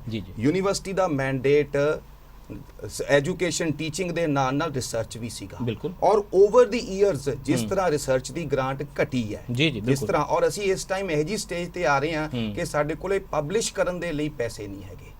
ਅਸੀਂ ਕਿਸ ਤਰ੍ਹਾਂ ਸੋਚ ਸਕਦੇ ਹਾਂ ਵੀ ਅਸੀਂ ਪੰਜਾਬ ਤੇ ਪੰਜਾਬੀਅਤ ਦਾ ਵਿਕਾਸ ਉਸੇ ਸਪੀਡ ਤੇ ਕਰ ਸਕਾਂਗੇ ਜਿਸ ਸਪੀਡ ਤੇ ਅਸੀਂ ਪਹਿਲਾਂ ਕਰ ਰਹੇ ਸੀ। ਜਿਸ ਸਪੀਡ ਦੇ ਨਾਲ ਪ੍ਰਾਈਵੇਟ ਯੂਨੀਵਰਸਿਟੀਜ਼ ਐਡਵਰਟਾਈਜ਼ਮੈਂਟਸ ਕਰ ਰਹੀਆਂ ਨੇ ਤੇ ਜਿਸ ਤਰ੍ਹਾਂ ਦੇ ਫੈਕਟ ਤੁਸੀਂ ਦੱਸ ਰਹੇ ਹੋ, there is a competition going on. ਮੈਨੂੰ ਪਤਾ ਨਹੀਂ ਤੁਸੀਂ ਕਿੰਨੇ ਕੁ ਨਵੇਂ ਸਟੂਡੈਂਟਸ ਆਪਣੀਆਂ ਇਹਨਾਂ ਗੱਲਾਂ ਨਾਲ ਅਟਰੈਕਟ ਕਰ ਰਹੇ ਹੋਵੋਗੇ, but people should know the truth. Professor ਰੂਪਾਪਲ, ਜਿਸ ਵੇਲੇ ਮੈਂ ਇਹ ਕੋਈ ਚਾਰਟਰ ਜਿਹਾ ਪੜ੍ਹਾ, ਪੂਟਾ ਦੀ ਕੋਈ ਰੈਂਡਮ ਚਿੱਠੀ ਮੈਂ ਚੱਕੀ ਹੈ, ਇਹ ਜਨਵਰੀ 2021 ਦੀ ਹੈ, 27 ਜਨਵਰੀ ਦੀ ਤਾਜੀ ਹੈ, ਜਨਰਲ ਬਾਡੀ ਇਜਲਾਸ ਦੇ ਸੰਬੰਧੀ ਆ। ਪਹਿਲਾ ਪੁਆਇੰਟ ਹੈ ਵਿੱਤੀ ਹਾਲਤ ਸੁਧਾਰਨ ਲਈ ਪੰਜਾਬ ਸਰਕਾਰ ਤੋਂ ਗ੍ਰਾਂਟ ਪ੍ਰਾਪਤੀ ਲਈ। ਦੂਜਾ ਪੁਆਇੰਟ ਹੈ ਨਵੇਂ ਪੇ ਸਕੇਲਾਂ ਲਈ। ਤੀਜਾ ਤਨਖਾਹ ਤੇ ਪੈਨਸ਼ਨ ਹਰ ਮਹੀਨੇ ਦੇ ਪਹਿਲੇ ਹਫ਼ਤੇ ਲਈ। ਚੌਥਾ ਪੰਜਾਬ ਪਿਛਲੇ ਸਮੇਂ ਦੀ ਬਕਾਇਆ GPF ਕਟੌਤੀ। ਪੰਜਵਾਂ ਕੈਸ਼ ਸਕੀਮ ਦੇ ਅਧੀਨ ਅਧਿਆਪਕਾਂ ਦੀਆਂ ਬਕਾਇਆ ਤਰੱਕੀਆਂ। ਛੇਵਾਂ ਉਚੇਚੇ ਤਨਖਾਹ ਸਕੇਲਾਂ ਲਈ। ਫਿਰ ਮਹਿੰਗਾਈ ਭੱਤੇ, step up increment, PhD increment ਲਈ। ਫਿਰ ਬਕਾਏ ਤੇ ਲਾਭ ਸੰਬੰਧੀ ਆਦੇਸ਼ ਲਈ। ਫਿਰ 8 ਸਾਲ ਤਜਰਬੇ ਵਾਲੇ ਅਸਿਸਟੈਂਟ ਪ੍ਰੋਫੈਸਰ ਨੂੰ ਮੁਖੀ ਦੀ ਨਿਯੁਕਤੀ ਲਈ। ਫਿਰ ਅਧਿਆਪਕਾਂ ਦੀਆਂ ਬਦਲੀਆਂ ਸੰਬੰਧੀ। ਫਿਰ ਇੱਕ ਐਡਹੌਕ ਅਧਿਆਪਕਾਂ ਦੇ ਗਲਤ ਤਰੀਕੇ ਨਾਲ ਕੱਟੇ ਪੂਟਾ ਚੋਣਾਂ ਵਿਚਲੇ ਵੋਟ ਦੇ ਅਧਿਕਾਰ ਸੰਬੰਧੀ। ਡੀਨ ਇੰਜੀਨੀਅਰਿੰਗ ਦੀ ਨਿਯੁਕਤੀ ਕਰਵਾਉਣ ਲਈ। ਪੁਰਾਣੀ ਪੈਨਸ਼ਨ ਸਕੀਮ ਲਾਗੂ ਕਰਵਾਉਣ ਲਈ। ਖਾਲੀ ਪਈਆਂ ਅਸਾਮੀਆਂ ਪੱਕੇ ਤੌਰ ਤੇ ਭਰਨ ਲਈ। ਅਦਾਰੇ ਵਿੱਚ ਕੀਤੀ ਸੇਵਾ ਗਿਣਨ ਸੰਬੰਧੀ ਨਿਯਮ ਸਪਸ਼ਟ ਕਰਨ ਲਈ। ਸਬੈਟੀਕਲ ਛੁੱਟੀ ਸੰਬੰਧੀ ਨਿਯਮਾਂ ਲਈ। ਮੈਡੀਕਲ ਸੇਵਾਵਾਂ ਦੇ ਬਿੱਲਾਂ ਦੀ ਅਦਾਇਗੀ ਲਈ। ਤੇ ਰਿਟਾਇਰਡ ਨੂੰ ਵਿੱਤੀ ਲਾਭਾਂ ਲਈ। ਤੇ ਹੋਰ ਕੋਈ ਮੱਧ ਪ੍ਰਧਾਨ ਜੀ ਦੀ ਆਗਿਆ ਨਾਲ, ਇਹ ਹੋਰ ਕੋਈ ਮੱਧ ਪ੍ਰਧਾਨ ਜੀ ਦੀ ਆਗਿਆ ਨਾਲ ਇੱਦਾਂ ਵੀ ਪਾਈ ਜਾ ਸਕਦੀ ਹੈ ਕਿ ਯੂਨੀਵਰਸਿਟੀ ਵਿੱਚ ਪੰਜਾਬੀ ਮਨੁੱਖ ਦੀ, ਸੋਹਣੇ ਪੰਜਾਬੀ ਮਨੁੱਖ ਦੀ ਸਿਰਜਣਾ ਲਈ ਵੀ ਕੋਈ ਲੜਾਈ ਪੂਟਾ ਦਾ ਹਿੱਸਾ। ਇਹ ਜਦੋਂ ਡਿਮਾਂਡ ਚਾਰਟਰ ਲੋਕ ਪੜ੍ਹਦੇ ਨੇ ਨਾ, ਬਹੁਤ ਅਜੀਬ ਪਿਕਚਰ ਲੱਗਦੀ ਹੈ। ਲੱਗਦਾ ਪ੍ਰੋਫੈਸਰ ਆਪਣੀ ਟ੍ਰੇਡ ਯੂਨੀਅਨ ਬਣਾ ਕੇ ਆਪਣੇ ਪੈਸਿਆਂ ਲਈ ਲੜ ਰਹੇ ਨੇ। ਇਸ ਕਰਕੇ ਵਿਦਿਆਰਥੀਆਂ ਦੇ ਮਾਂ-ਬਾਪ ਧਾ ਕੇ ਬਾਹਰ ਨਹੀਂ ਆ ਰਹੇ। ਤੁਹਾਡੀ ਯੂਨੀਵਰਸਿਟੀ 'ਚ ਭੀੜਾਂ ਲੱਗੀਆਂ ਹੋਣੀਆਂ ਸੀ, ਪੰਜਾਬ ਦੇ 9 ਡਿਸਟ੍ਰਿਕਟ ਕਵਰ ਕਰਦੇ ਹੋ ਤੁਸੀਂ। ਮੈਂ ਇਹਦੇ ਵਿੱਚ ਇੱਕ ਦੋ ਗੱਲ ਜਿਹੜੀ ਹੈਗੀ ਸਪਸ਼ਟ ਕਰਨਾ ਚਾਹੁੰਦੀ ਹਾਂ। ਇੱਕ ਤਾਂ ਚਲੋ ਮਤਲਬ ਆਪਾਂ ਕਹਿੰਦੇ ਹਾਂ ਕਿ ਵੀ ਦੇਖਣ ਨੂੰ ਇਹ ਸਾਰਾ ਕੁਝ ਜੋ ਆਪਾਂ ਇਸ ਚਾਰਟਰ ਨੂੰ ਪੜ੍ਹਦੇ ਹਾਂ ਤਾਂ ਦੇਖਣ ਨੂੰ ਇਸ ਤਰ੍ਹਾਂ ਲੱਗਦਾ, ਅਸਲ ਦੇ ਵਿੱਚ ਇਹ ਉਹ ਹਥਿਆਰ ਨੇ, ਇਹ ਸਾਰੇ ਕੁਝ ਜਿਹੜੇ ਕਿ ਇਸ ਸਿਸਟਮ ਨੂੰ ਤਬਾਹ ਕਰਨ ਵਾਸਤੇ ਵਰਤੇ ਗਏ ਨੇ। ਇਸ ਕਰਕੇ ਫੌਰੀ ਤੌਰ ਦੇ ਉੱਤੇ ਇਹਦੇ ਤੇ ਹਮਲਾ ਹੋ ਰਿਹਾ। ਇਸ ਮਤਲਬ ਮੈਨੂੰ ਇਹ ਲੱਗਦਾ ਹੈ ਕਿ ਵੀ ਠੀਕ ਹੈ, ਸਾਨੂੰ ਵਿਜ਼ੀਬਲੀ ਇਹ ਲੱਗਦੇ ਆ, ਪਰ ਇਹ ਮਤਲਬ ਇੱਕ ਤਰ੍ਹਾਂ ਨਾਲ ਇਹਨਾਂ ਦੇ ਥਰੂ ਸਾਡੀ ਇਸ ਗੱਲ ਨੂੰ ਕਾਟ ਲਾਈ ਜਾ ਰਹੀ ਹੈ। ਮੈਂ ਪਿਛਲੀ ਗੱਲ ਨੂੰ ਜੋੜਦੀ ਹਾਂ। ਪਿਛਲੀ ਗੱਲ ਆਪਾਂ ਗੱਲ ਕਰ ਰਹੇ ਸੀਗੇ ਵੀ ਜਦੋਂ ਇੰਜੀਨੀਅਰਿੰਗ ਦੀਆਂ ਭਰਤੀਆਂ ਹੋਈਆਂ ਜਾਂ ਅਸੀਂ ਦੂਜੇ ਥਾਵਾਂ ਦੇ ਉੱਤੇ ਅਸੀਂ ਤਲਵੰਡੀ ਸਾਬੋ ਜਾਂ ਕਿਸੇ ਹੋਰ ਥਾਂ ਤੇ ਜਾ ਕੇ ਅਸੀਂ ਕਾਲਜ ਖੋਲ੍ਹੇ ਤਾਂ ਉਦੋਂ ਪ੍ਰੋਫੈਸਰ ਕਿੱਥੇ ਸੀ। ਤਾਂ ਉਹਦੇ ਬਾਰੇ ਮੇਰਾ ਇਹ ਕਹਿਣਾ ਹੈ ਕਿ ਅਸਲ ਵਿੱਚ ਜਦੋਂ ਉਹ ਨੈਰੇਟਿਵ ਸੀਗਾ ਉਸ ਸਮੇਂ ਦਾ, ਉਹ ਨੈਰੇਟਿਵ ਇਹ ਸੀਗਾ ਕਿ ਅਸੀਂ ਰੂਰਲ ਐਜੂਕੇਸ਼ਨ ਹੈ ਜਿਹੜੀ ਵੀ ਅਸੀਂ ਉਹਨੂੰ ਵਧਾਉਣਾ। ਅਸੀਂ ਰੂਰਲ ਜਿਹੜੀ ਹੈਗੀ ਆ ਆਪਣੀ ਮਤਲਬ ਸਟੂਡੈਂਟ ਆ ਉਹਨਾਂ ਦੀ ਪਾਰਟਿਸਿਪੇਸ਼ਨ ਵਧਣੀ ਹੈ ਵੀ ਕਿਉਂਕਿ ਸਮੇਂ ਦੀ ਮੰਗ ਹੈ ਵੀ ਤਕਨੀਕੀ ਸਿਖਲਾਈ ਹੋਣੀ ਚਾਹੀਦੀ ਹੈ। ਤਾਂ ਪੰਜਾਬੀ ਯੂਨੀਵਰਸਿਟੀ ਉਹਦੇ ਚੋਂ ਪਿੱਛੇ ਕਿਉਂ ਰਹੇ? ਉਦੋਂ ਮਤਲਬ ਇਹ ਨੈਰੇਟਿਵ ਸੀਗਾ ਤੇ ਉਸ ਨੈਰੇਟਿਵ ਦੇ ਵਿੱਚ ਮੈਨੂੰ ਲੱਗਦਾ ਕਿ ਵੀ ਸਾਡੀ ਯੂਨੀਵਰਸਿਟੀ ਦੇ ਪ੍ਰੋਫੈਸਰ ਨੇ ਜਿਹੜੇ ਉਹਨਾਂ ਦਾ ਸ਼ਾਮਲ ਹੋਣਾ ਜ਼ਰੂਰੀ ਸੀ। ਅਸੀਂ ਰੂਰਲ ਐਜੂਕੇਸ਼ਨ ਨੂੰ ਸਪੋਰਟ ਕਰਨਾ ਸੀ, ਪਰ ਉਸ ਚੀਜ਼ ਵਿੱਚੋਂ ਖੱਟੀ ਆ ਜਿਹੜੀ ਉਹ ਮਤਲਬ ਐ ਵੀ ਕਾਸਟ ਕੌਣ ਬੀਅਰ ਕਰਦਾ ਤੇ ਖੱਟੀ ਕੌਣ ਲੈਂਦਾ। ਪੰਜਾਬ ਅਮੀਰ ਹੋਇਆ ਹੋਏਗਾ ਪਰ ਯੂਨੀਵਰਸਿਟੀ ਗਰੀਬ ਹੋਈ। ਪਰ ਮਤਲਬ ਉਹਦੇ ਪੋਲੀਟੀਕਲ ਬਹੁਤ ਜ਼ਿਆਦਾ ਜਿਹੜੇ ਆਪਾਂ ਕਹੀਏ ਵੀ ਰਾਜਸੀ ਪੱਧਰ ਦੇ ਉੱਤੇ ਉਹਦੇ ਬਹੁਤ ਸਾਰੇ ਬੈਨੀਫਿਟਸ ਨੇ ਜਿਹੜੇ ਉਹ ਲੋਕਾਂ ਨੇ ਲਏ ਹੋਣਗੇ। ਪਰ ਜਦੋਂ ਮਤਲਬ ਉਸ ਚੀਜ਼ ਦਾ ਜਦੋਂ ਬਰਡਨ ਬੀਅਰ ਕਰਨ ਦੀ ਗੱਲ ਆਉਂਦੀ ਹੈ, ਕਿਉਂਕਿ ਜਦੋਂ ਅਸੀਂ ਰੂਰਲ ਏਰੀਆਜ਼ ਦੇ ਵਿੱਚ ਅਸੀਂ ਇਹ ਗੱਲ ਕਰਦੇ ਹਾਂ ਵੀ ਅਸੀਂ ਰੂਰਲ ਏਰੀਆ 'ਚ ਮੰਨ ਲਓ ਆਪਾਂ ਐਂ ਕਹਿ ਦਈਏ ਕਿ ਵੀ ਅਸੀਂ ਲੱਦਾਖ ਦੇ ਕਿਸੇ ਫਲਾਣੀ ਥਾਂ ਦੇ ਉੱਤੇ ਜਾ ਕੇ ਕਮਿਊਨੀਕੇਸ਼ਨ ਹੈ ਜਿਹੜੀ ਉਹ ਦੇ ਕੇ ਆਉਣੀ ਹੈ, ਤਾਂ ਸਾਨੂੰ ਪਹਿਲਾਂ ਹੀ ਪਤਾ ਹੁੰਦਾ ਕਿ ਲੱਦਾਖ ਦੀ ਉਸ ਲੱਖਾਂ ਕਰੋੜ ਰੁਪਏ ਲੱਗਣਗੇ ਤੇ ਟੈਲੀਫੋਨਾਂ ਤੋਂ ਕੋਈ ਪੈਸੇ ਤਾਂ ਕਮਾਏ ਨਹੀਂ ਜਾਣਗੇ। ਟੈਲੀਫੋਨਾਂ ਤੋਂ ਪੈਸੇ ਨਹੀਂ ਕਮਾਏ ਜਾਣੇ। ਬਿਲਕੁਲ ਇਹੀ ਗੱਲ ਇਹ ਹੈ ਕਿ ਜਦੋਂ ਅਸੀਂ ਰੂਰਲ ਐਜੂਕੇਸ਼ਨ ਪ੍ਰੋਵਾਈਡ ਕਰਦੇ ਆ ਤਾਂ ਸਾਨੂੰ ਇਸ ਗੱਲ ਨੂੰ ਪਹਿਲਾਂ ਹੀ ਸਪਸ਼ਟ ਹੋਣਾ ਚਾਹੀਦਾ ਕਿ ਜਿਵੇਂ ਇਹ ਵਧੂਗਾ ਇਹਦੇ ਖਰਚੇ ਵਧਣਗੇ, ਪਰ ਇਹਦੀ ਜਿਹੜੀ ਹੈਗੀ ਆ ਵੀ ਮਤਲਬ ਕਮਾਈ ਉਨੀ ਨਹੀਂ ਹੋਣੀ, ਕਿਉਂਕਿ ਉਹਦਾ ਪਰਪਸ ਕਮਾਈ ਕਮਾਉਣਾ ਨਹੀਂ ਸੀਗਾ। ਤੇ ਇਸ ਕਰਕੇ ਮੈਨੂੰ ਲੱਗਦਾ ਹੈ ਕਿ ਵੀ ਉਸ ਗੱਲ ਨੂੰ ਉਹ ਗੱਲ ਉੱਥੋਂ ਸ਼ੁਰੂ ਹੋਈ ਹੈ ਤੇ ਸਾਨੂੰ ਮਤਲਬ ਇਹ ਕਹਿਣਾ ਵੀ ਸਰਕਾਰਾਂ ਭੱਜੀਆਂ ਨੇ, ਯੂਨੀਵਰਸਿਟੀ ਹਜੇ ਵੀ ਉਸ ਐਜੂਕੇਸ਼ਨ ਨੂੰ ਪ੍ਰੋਵਾਈਡ ਕਰ ਰਹੀ ਹੈ। ਕਿਉਂਕਿ JNU ਨੂੰ ਵੀ ਸਕਵੀਜ਼ ਕੀਤਾ ਗਿਆ। ਦੇਸ਼ ਦੀਆਂ ਬਹੁਤ ਸਾਰੀਆਂ ਯੂਨੀਵਰਸਿਟੀਜ਼ ਨੂੰ, ਖਾਸ ਤੌਰ ਤੇ ਜਿੱਥੇ ਲਿਬਰਲ ਖਿਆਲੀ ਬੜੇ ਵੱਡੇ ਲੈਵਲ ਤੇ ਪਾਈ ਜਾਂਦੀ ਹੈ, ਇੰਟੈਂਸ ਹੈ, ਉੱਥੇ ਫੰਡਸ ਦੇ ਲਈ ਸਕਵੀਜ਼ ਕੀਤਾ ਜਾਂਦਾ ਯੂਨੀਵਰਸਿਟੀਜ਼ ਨੂੰ। ਉਹ ਯੂਨੀਵਰਸਿਟੀਜ਼ ਇੰਟੈਲੈਕਚੁਅਲ ਟਰਫ ਨੂੰ, ਬੁੱਧੀਜੀਵਿਕਾ ਨੂੰ ਇੱਕ ਵੱਡਾ ਹਥਿਆਰ ਬਣਾਉਂਦੀਆਂ ਨੇ, ਉਸੇ ਟਰਫ ਦੇ ਉੱਤੇ ਲੜਾਈ ਲੜਦੀਆਂ ਨੇ, ਕਿਉਂਕਿ ਤਾਂ ਕਿ ਲੋਕਾਂ ਨੂੰ ਸਮਝ ਆਵੇ ਕਿ ਭਾਈ ਇਹਨਾਂ ਦੀ ਸੰਗੀ ਤਾਂ ਘੁੱਟੀ ਜਾ ਰਹੀ ਹੈ ਕਿਉਂਕਿ ਇਹ ਹੋਰ ਕਿਸਮ ਦੀ ਵਿਚਾਰਸਾਜ਼ੀ ਇੱਥੇ ਕਰਦੀਆਂ ਨੇ। ਪੰਜਾਬੀ ਯੂਨੀਵਰਸਿਟੀ ਦੇ ਵਿੱਚ ਕੀ ਇਹ ਵੀ ਕੋਈ ਕਮਜ਼ੋਰੀ ਰਹੀ? ਕਿਉਂਕਿ ਜਿੰਨੇ ਕੋ ਇੰਟੈਲੈਕਚੁਅਲ ਤੁਹਾਡੇ ਵਾਈਸ ਚਾਂਸਲਰ ਦੀ ਇੱਕ ਲੰਬੀ ਚੌੜੀ ਫਹਿਰਿਸਤ ਰਹੀ ਹੈ। ਪਿਛਲਿਆਂ ਨੂੰ ਭੁੱਲ ਜਾਈਏ ਕਿਉਂਕਿ ਯੂਨੀਵਰਸਿਟੀ ਨੇ ਬੜੇ ਦਿੱਗਜ ਲੋਕ ਪੈਦਾ ਕੀਤੇ ਨੇ। ਇਹ university doctor Ganda Singh, doctor Tara Singh ਔਰ ਦੀ ਯੂਨੀਵਰਸਿਟੀ ਹੈ, ਦਲੀਪ ਕੌਰ ਟਿਵਾਣਾ ਰਹੀ, ਇਹਦੀ ਸਰਖੇਜ਼ ਭੂਮੀ 'ਚ ਰਹੇ ਨੇ। ਮਤਲਬ ਇੰਨੇ ਨਾਮ ਨੇ ਕਿ ਲੈਂਦਿਆਂ ਬੰਦਾ ਥੱਕ ਜਾਏ। ਲੋਕ ਸ਼ਾਨ ਨਾਲ ਦੱਸਦੇ ਨੇ ਔਰ ਅਸੀਂ ਸ਼ਾਨ ਨਾਲ ਦੱਸਦੇ ਹਾਂ ਕਿ ਅਸੀਂ ਫਲਾਣਿਆਂ ਦੇ ਪੈਰੀ ਹੱਥ ਇੱਥੇ ਲਾਏ ਹੋਏ ਨੇ। ਜਿਸ ਵੇਲੇ ਵਾਈਸ ਚਾਂਸਲਰਸ IAS ਦੇ ਵਿੱਚੋਂ ਆਣੇ ਸ਼ੁਰੂ ਹੋ ਜਾਣ, ਯੂਨੀਵਰਸਿਟੀ ਦੇ ਪ੍ਰੋਫੈਸਰ ਉਹਨਾਂ ਨੂੰ ਤਸਲੀਮ ਕਰਨਾ ਸ਼ੁਰੂ ਕਰ ਦੇਣ, ਜਿਹੜੀ ਇੰਟੈਲੈਕਚੁਅਲ ਐਕਟੀਵਿਟੀ ਹੈ ਯੂਨੀਵਰਸਿਟੀ ਦੀ ਉਹਦੇ ਉੱਤੇ ਬੜੇ ਗੰਭੀਰ ਪ੍ਰਸ਼ਨ ਚਿੰਨ੍ਹ ਆਣੇ ਸ਼ੁਰੂ ਹੋ ਜਾਣ। ਮੇਰੇ ਮਿੱਤਰ ਨੇ ਇਤਿਹਾਸਕਾਰ ਡਾਕਟਰ ਸੁਮੇਲ ਸਿੰਘ ਸਿੱਧੂ, ਉਹ ਤਾਂ ਕਈ ਵਾਰੀ ਬਹੁਤ ਸਖਤ ਸ਼ਬਦਾਂ ਦੀ ਵੀ ਵਰਤੋਂ ਕਰਦੇ ਨੇ। ਹੋਰਨਾਂ ਬਾਰੇ ਵੀ ਡਾਕਟਰ ਪਿਆਰੇਲਾਲ ਗਰਗ ਨੇ, ਹਮੀਰ ਸਿੰਘ ਜੀ ਨੇ, ਸੀਨੀਅਰ ਪੱਤਰਕਾਰ ਨੇ, ਉਹ ਕਈ ਵਾਰੀ ਇਹ ਗੱਲ ਕਰਦੇ ਨੇ ਕਿ ਜਿਹੜੀ ਇੰਟੈਲੈਕਚੁਅਲ ਬੈਂਕਰਪਟਸੀ ਹੈ ਉਹਦੇ ਵਿੱਚ ਯੂਨੀਵਰਸਿਟੀਆਂ ਦੇ ਉੱਤੇ ਵੀ ਉਂਗਲ ਉੱਠਦੀ ਹੈ। ਕੀ ਤੁਹਾਨੂੰ ਲੱਗਦਾ ਹੈ ਕਿ ਉਹ ਵੀ ਇੱਕ ਐਲੀਮੈਂਟ ਹੈ ਜਿਸ ਨੇ ਇਸ ਲੜਾਈ ਨੂੰ ਵੀਕ ਕੀਤਾ? ਜਿਸ ਵੇਲੇ ਪ੍ਰੋਫੈਸਰਸ ਆਪਣੀਆਂ ਤਨਖਾਹਾਂ ਦੀ ਲੜਾਈ ਲੜ ਰਹੇ ਹੋਣ, ਆਈ ਅੰਡਰਸਟੈਂਡ ਕਿ ਪ੍ਰੋਫੈਸਰ ਨੂੰ ਤਨਖਾਹ ਨਹੀਂ ਮਿਲ ਰਹੀ ਤਾਂ ਫਿਰ ਪੰਜਾਬ ਦੇ ਬੱਚਿਆਂ ਦਾ ਭਵਿੱਖ ਤਬਾਹ ਹੋ ਰਿਹਾ, but somebody has to connect these two points. ਇਹ ਉਸ ਵੇਲੇ ਨਹੀਂ ਕਨੈਕਟ ਹੋਣਗੇ ਜਿਸ ਵੇਲੇ ਇੰਟੈਲੈਕਚੁਅਲ ਐਕਟੀਵਿਟੀ ਦੇ ਉੱਤੇ ਪ੍ਰਸ਼ਨ ਚਿੰਨ੍ਹ ਲੱਗਣਗੇ। ਕੁਝ ਹੱਦ ਤੱਕ ਤੁਹਾਡੀ ਗੱਲ ਸਹੀ ਹੈ, ਤੇ ਮਤਲਬ ਇਹ ਹੈਗਾ ਕਿ ਵੀ ਹਾਂ ਠੀਕ ਆ, ਅਸੀਂ ਇਹ ਕਹਿੰਦੇ ਆ ਕਿ ਵੀ ਇੰਟੈਲੈਕਚੁਅਲ ਨਾਮ ਨੂੰ ਲੈਣੇ ਪਤਾ ਨਹੀਂ ਉਹਨੂੰ ਅਲਾਉਡ ਹੈਗੇ ਨਹੀਂ ਚੈਨਲਾਂ ਦੇ ਉੱਤੇ ਅੱਜ ਕੱਲ੍ਹ। ਮਤਲਬ ਮੈਂ ਇਹ ਸੁਣਿਆ ਵੀ ਉੱਥੇ ਪਰਿਵਾਰਾਂ ਦੇ ਪਰਿਵਾਰ ਹੁੰਦੇ ਨੇ, ਕੁਝ ਟੱਬਰਾਂ ਦੀ ਫੈਮਿਲੀ ਪਲੈਨਿੰਗ ਹੋ ਜਾਂਦੀ ਹੈ। ਮੈਨੂੰ ਕੋਈ ਕਹਿ ਰਿਹਾ ਸੀ ਕਿ ਯੂਨੀਵਰਸਿਟੀ 'ਚ ਇਜ਼ ਦੈਟ ਟਰੂ? ਯੂਨੀਵਰਸਿਟੀ 'ਚ ਕੋਈ ਡਿਪਾਰਟਮੈਂਟ ਨੂੰ ਤੁਸੀਂ ਕਹਿੰਦੇ ਵਰਚੁਅਲੀ ਭਾਬੀਆਂ ਦਾ ਡਿਪਾਰਟਮੈਂਟ ਕਹਿ ਸਕਦੇ ਹੋ, ਕਿਉਂਕਿ ਉੱਥੇ ਪ੍ਰੋਫੈਸਰ ਸਾਹਿਬਾਨ ਦੀਆਂ ਪਤਨੀਆਂ ਬੜੀ ਛੇਤੀ ਐਡਜਸਟ ਹੋ ਜਾਂਦੀਆਂ ਨੇ। ਸਰ ਇਹ ਹੈ ਕਿ ਵੀ ਮੈਂ very sad, if these are facts, very sad facts. ਤੇ ਜੇ ਮੈਂ ਗਲਤ ਹੋਵਾਂ ਤੇ ਕੀ ਕਹਿੰਦੇ ਹੁੰਦੇ ਨੇ, ਮੂੰਹ ਮੇ ਖਾ ਕੱਲਾ ਨਸੀਬ ਕਰ। ਸੱਚ ਹੈ ਕਿਸੇ ਹੱਦ ਤੱਕ?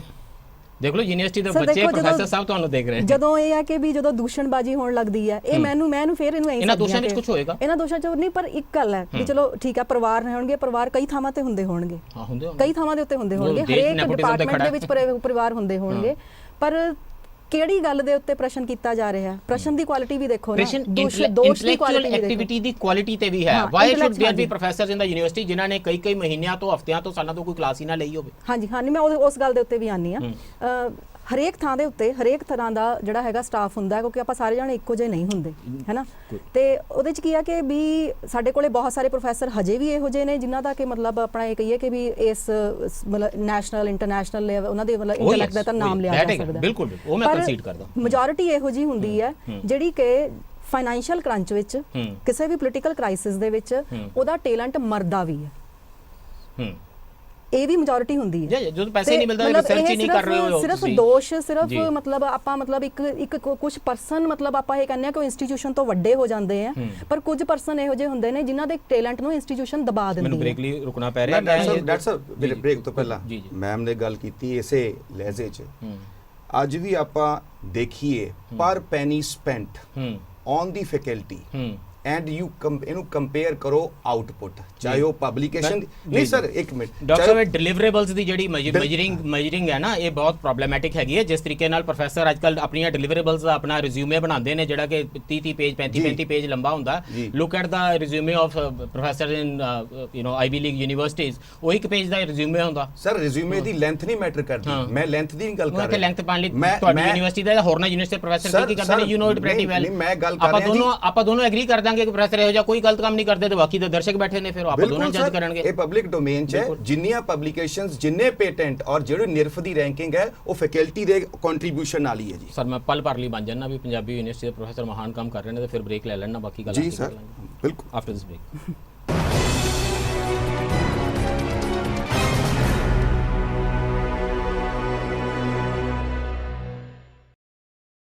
ਬ੍ਰੇਕ ਤੋਂ ਬਾਅਦ ਫਿਰ ਸਵਾਗਤ ਹੈ। ਚਰਚਾ ਕਰ ਰਹੇ ਹਾਂ ਪੰਜਾਬ ਦੀਆਂ ਯੂਨੀਵਰਸਿਟੀਆਂ ਦੀ ਵਿੱਤੀ ਹਾਲਤ ਬਾਰੇ, with special reference to Punjabi university ਦੀ ਜਿਹੜੀ ਫਾਈਨੈਂਸ਼ੀਅਲ ਸਿਚੁਏਸ਼ਨ ਹੈ ਅੱਜ ਕੱਲ੍ਹ, ਜਿਨ੍ਹਾਂ ਹਾਲਾਤਾਂ ਦੇ ਵਿੱਚ ਯੂਨੀਵਰਸਿਟੀ ਹੈ। ਸਾਡੇ ਨਾਲ ਤਰਸੇਮ ਬਾਈਆ ਜੀ ਨੇ, ਡਾਕਟਰ ਅਨੂਪਮਾ ਉਪਲ ਜੀ ਨੇ, ਪ੍ਰੋਫੈਸਰ ਅਵਨੀਤਪਾਲ ਜੀ ਨੇ। ਤਰਸੇਮ ਬਾਈਆ ਜੀ, ਵਾਟ ਇਜ਼ ਦਾ ਇਮੀਡੀਏਟ ਥਿੰਗ ਜਿਹੜੀ ਸਰਕਾਰ ਕਰੇ? ਕਿਉਂਕਿ ਮੈਂ ਹੁਣੇ ਸਰਕਾਰ ਦਾ ਇਮੀਡੀਏਟ ਪ੍ਰਹਾਰ ਤਾਂ ਇਹ ਦੇਖ ਰਿਹਾ ਕਿ ਪ੍ਰੋਫੈਸਰਾਂ ਦੇ ਜਿਹੜੇ ਸਕੇਲ ਨੇ ਉਹ ਡੀਲਿੰਕ ਕਰ ਦਿੱਤੇ ਗਏ ਨੇ ਕੈਸ਼ ਸਕੀਮ ਦੇ ਵਿੱਚ, UGC ਦੇ ਨਾਲੋਂ, ਵਿਚ ਮੀਨਸ ਸੈਂਟਰਲ ਗਵਰਨਮੈਂਟ ਜਿਸ ਵੇਲੇ ਇੰਟੈਗਰੇਟ ਕਰਨ ਜਾ ਰਹੀ ਹੈ, ਭਾਵੇਂ ਤੁਹਾਡਾ ਨਵੀਂ ਐਜੂਕੇਸ਼ਨ ਪਾਲਿਸੀ ਨਾਲ ਤਮਾਮ ਤਰ੍ਹਾਂ ਦੇ ਇਖਤਲਾਫਾਤ ਹੋਣਗੇ, ਪਰ ਘੱਟੋ ਘੱਟ ਉਹਦੇ 'ਚ ਇੱਦਾਂ ਲੱਗਦਾ ਸੀ ਕਿ ਇੰਟੈਗਰੇਸ਼ਨ ਵਾਲੇ ਪਾਸੇ ਹੈ। ਤੇ ਹੁਣ ਇਹ ਕਿਹਾ ਜਾ ਰਿਹਾ, ਪੰਜਾਬ ਸਰਕਾਰ ਨੇ ਇਹ ਫੈਸਲਾ ਦੇ ਦਿੱਤਾ ਹੈ ਕਿ ਸਾਡੇ ਪੰਜਾਬੀ ਯੂਨੀਵਰਸਿਟੀ ਦੇ ਜਾਂ ਪੰਜਾਬ ਦੀਆਂ ਯੂਨੀਵਰਸਿਟੀਆਂ ਦੇ ਅਸਿਸਟੈਂਟ ਪ੍ਰੋਫੈਸਰਾਂ ਨੂੰ, ਵਿਚ ਮੀਨਸ ਨਵੇਂ ਲੱਗੇ ਕਿਸੇ ਅਧਿਆਪਕ ਨੂੰ ਕਿੰਨੀ ਤਨਖਾਹ ਮਿਲੇਗੀ, ਇਹਦਾ ਪੇ ਸਕੇਲ ਦੇ ਨਾਲ, UGC ਦੇ ਸਕੇਲ ਦੇ ਨਾਲ ਕੋਈ ਤਲਕ ਹੁਣ ਨਹੀਂ ਰਹੇਗਾ। ਇਹ ਦੱਸੋ ਵੀ ਫਿਰ ਜਦੋਂ ਤੁਸੀਂ ਦੂਸਰੀਆਂ ਸਟੇਟਾਂ ਦੇ ਵਿੱਚ ਇਹ ਪ੍ਰੋਫੈਸਰ ਜਾਣਗੇ ਤਾਂ ਇਹਨਾਂ ਨੂੰ ਕਿਵੇਂ ਉੱਥੇ ਤਸਲੀਮ ਕੀਤਾ ਜਾਏਗਾ? ਜੇ ਕੱਲ ਨੂੰ ਤੁਸੀਂ ਚੰਡੀਗੜ੍ਹ ਕਿਸੇ ਨੇ ਡੈਪੂਟੇਸ਼ਨ ਤੇ ਆਣਾ ਤਾਂ ਫਿਰ ਉਹ ਇਕੁਈਵੈਲੈਂਸ ਕਿਵੇਂ ਦੇਖੀ ਜਾਏਗੀ ਸਕੇਲਸ ਦੀ? ਤੇ ਇਹ ਸਰਕਾਰ ਦੀ ਮਨਸ਼ਾ ਬਾਰੇ ਕੀ ਕਹਿੰਦਾ ਜਿਸ ਵੇਲੇ ਤੁਸੀਂ ਇਹ ਲੜਾਈ ਲੜੀ ਬੈਠੇ ਹੋ? ਇਨਫੈਕਟ ਇੱਕ ਗੱਲ 'ਚ ਮੈਂ ਵਾਅਦਾ ਕਰਕੇ ਇਸ ਗੱਲ ਤੇ ਆਉਣਾਗਾ ਜੀ ਕਈ ਵਾਰੀ ਹੁੰਦਾ ਨਾ ਵੀ ਸ਼ਾਇਦ ਇਹ ਯੂਨੀਵਰਸਿਟੀ ਦੇ ਪ੍ਰੋਫੈਸਰਾਂ ਨੇ ਜਾਂ ਟੀਚਰਾਂ ਨੇ ਸਭ ਕੁਝ ਤਬਾਹ ਕਰਤਾ। ਪੰਜਾਬੀ ਦੇ 3 ਅਦਾਰੇ ਬਣੇ ਸੀ। ਪੰਜਾਬੀ ਭਾਸ਼ਾ ਵਿਭਾਗ ਬਣਿਆ ਜੀ ਜੀ, ਯੂਨੀਵਰਸਿਟੀ ਟੈਕਸਟ ਬੁੱਕ ਬੋਰਡ ਬਣੀ। ਹਾਂ, ਟੈਕਸਟ ਬੁੱਕ ਬੋਰਡ ਉਹ ਤਾਂ ਅੱਜ ਕੱਲ੍ਹ ਰਿਊਮਰ ਹੈ ਵੈਸੇ, ਅਫਵਾਹ ਹੀ ਬਚੀ ਹੈ ਜੀ। ਸਾਰੇ ਹੀ ਡਿਫੰਕਟ ਹੋ ਗਏ। ਬਿਲਕੁਲ ਬਿਲਕੁਲ। There were not this teaching faculty extra, we were not there, which was being manned by the government। ਜੀ, ਉਹ ਸਾਰੇ ਹੀ ਕਿਉਂਕਿ ਫੰਡਿੰਗ ਨਾ ਦੇਣ ਕਰਕੇ ਜਿੰਨੇ ਅਦਾਰੇ ਪੰਜਾਬੀ ਦੇ ਵਿਕਾਸ ਨਾਲ ਜੁੜੇ ਹੋਏ ਸੀ ਸਾਰੇ ਉਹ ਮਤਲਬ ਫੇਲ ਹੋਏ। ਬਿਲਕੁਲ। ਦੂਸਰੀ ਗੱਲ ਮੈਂ ਤੁਹਾਡੇ ਇਹਦੇ ਨਾਲ ਗੱਲ ਤੋੜਨਾ ਚਾਹਣਾ, ਇਨਫੈਕਟ ਕਿਸੇ ਵੇਲੇ ਇਹ ਮਹਿਸੂਸ ਕਰਦੇ ਸੀ, ਮੈਂ ਉਹਨਾਂ ਸੰਘਰਸ਼ਾਂ ਦਾ ਪਾਰਟ ਸੀ ਜਦੋਂ ਇਹ ਸੋਚ ਸੀ ਕਿ ਟੀਚਿੰਗ ਦੇ ਵਿੱਚ ਬੈਸਟ ਆਦਮੀ ਹੋਣਾ ਚਾਹੀਦਾ, ਜਿਹੜਾ ਉਸ ਵੇਲੇ ਸਾਡੇ ਨਾਲ ਡਿਸਕਸ਼ਨ ਹੁੰਦੀਆਂ ਇਹ ਸੀ ਕਿ ਜੀ ਪਹਿਲੇ ਨੰਬਰ 'ਤੇ IAS ਜਾਂਦਾ, ਦੂਜੇ 'ਤੇ IPS ਜਾਂਦਾ, ਫਿਰ ਡਾਕਟਰ ਬਣਦਾ, ਇੰਜੀਨੀਅਰ ਬਣਦਾ, ਪੰਜਵੇਂ ਨੰਬਰ ਬੰਦਾ ਜਿਹੜਾ ਮੈਰਿਟ 'ਤੇ ਆ ਉਹ ਆਉਂਦਾ। ਅਤੇ ਗੱਲ ਇਹ ਚੱਲੀ ਸੀ ਉਸ ਦੌਰ ਵਿੱਚ, ਔਰ ਠੀਕ ਚੱਲੀ ਸੀ ਕਿ ਜੇ best one of the best teaching cadre 'ਚ ਲੈ ਕੇ ਆਉਣਾ ਗਾ ਤਾਂ ਉਹਨਾਂ ਨੂੰ comparable with all India services salary ਦਿਓ ਤਾਂ ਕਿ ਉਹ ਰਹਿਣ ਵੀ ਅਤੇ ਉੱਥੇ ਰਿਟੇਨ ਹੋ ਸਕਣ। ਅਤੇ ਇਹਦੇ 'ਚੋਂ ਹੀ 72-73 ਦੇ ਪੇ ਸਕੇਲ ਜਿਹੜੇ ਨਿਕਲੇ ਸੀ ਇਸ ਥਿਊਰੀ 'ਚੋਂ ਨਿਕਲੇ ਸੀ ਕੰਪੈਰੇਬਲ ਟੂ ਆਲ ਇੰਡੀਆ ਸਰਵਿਸਿਜ਼।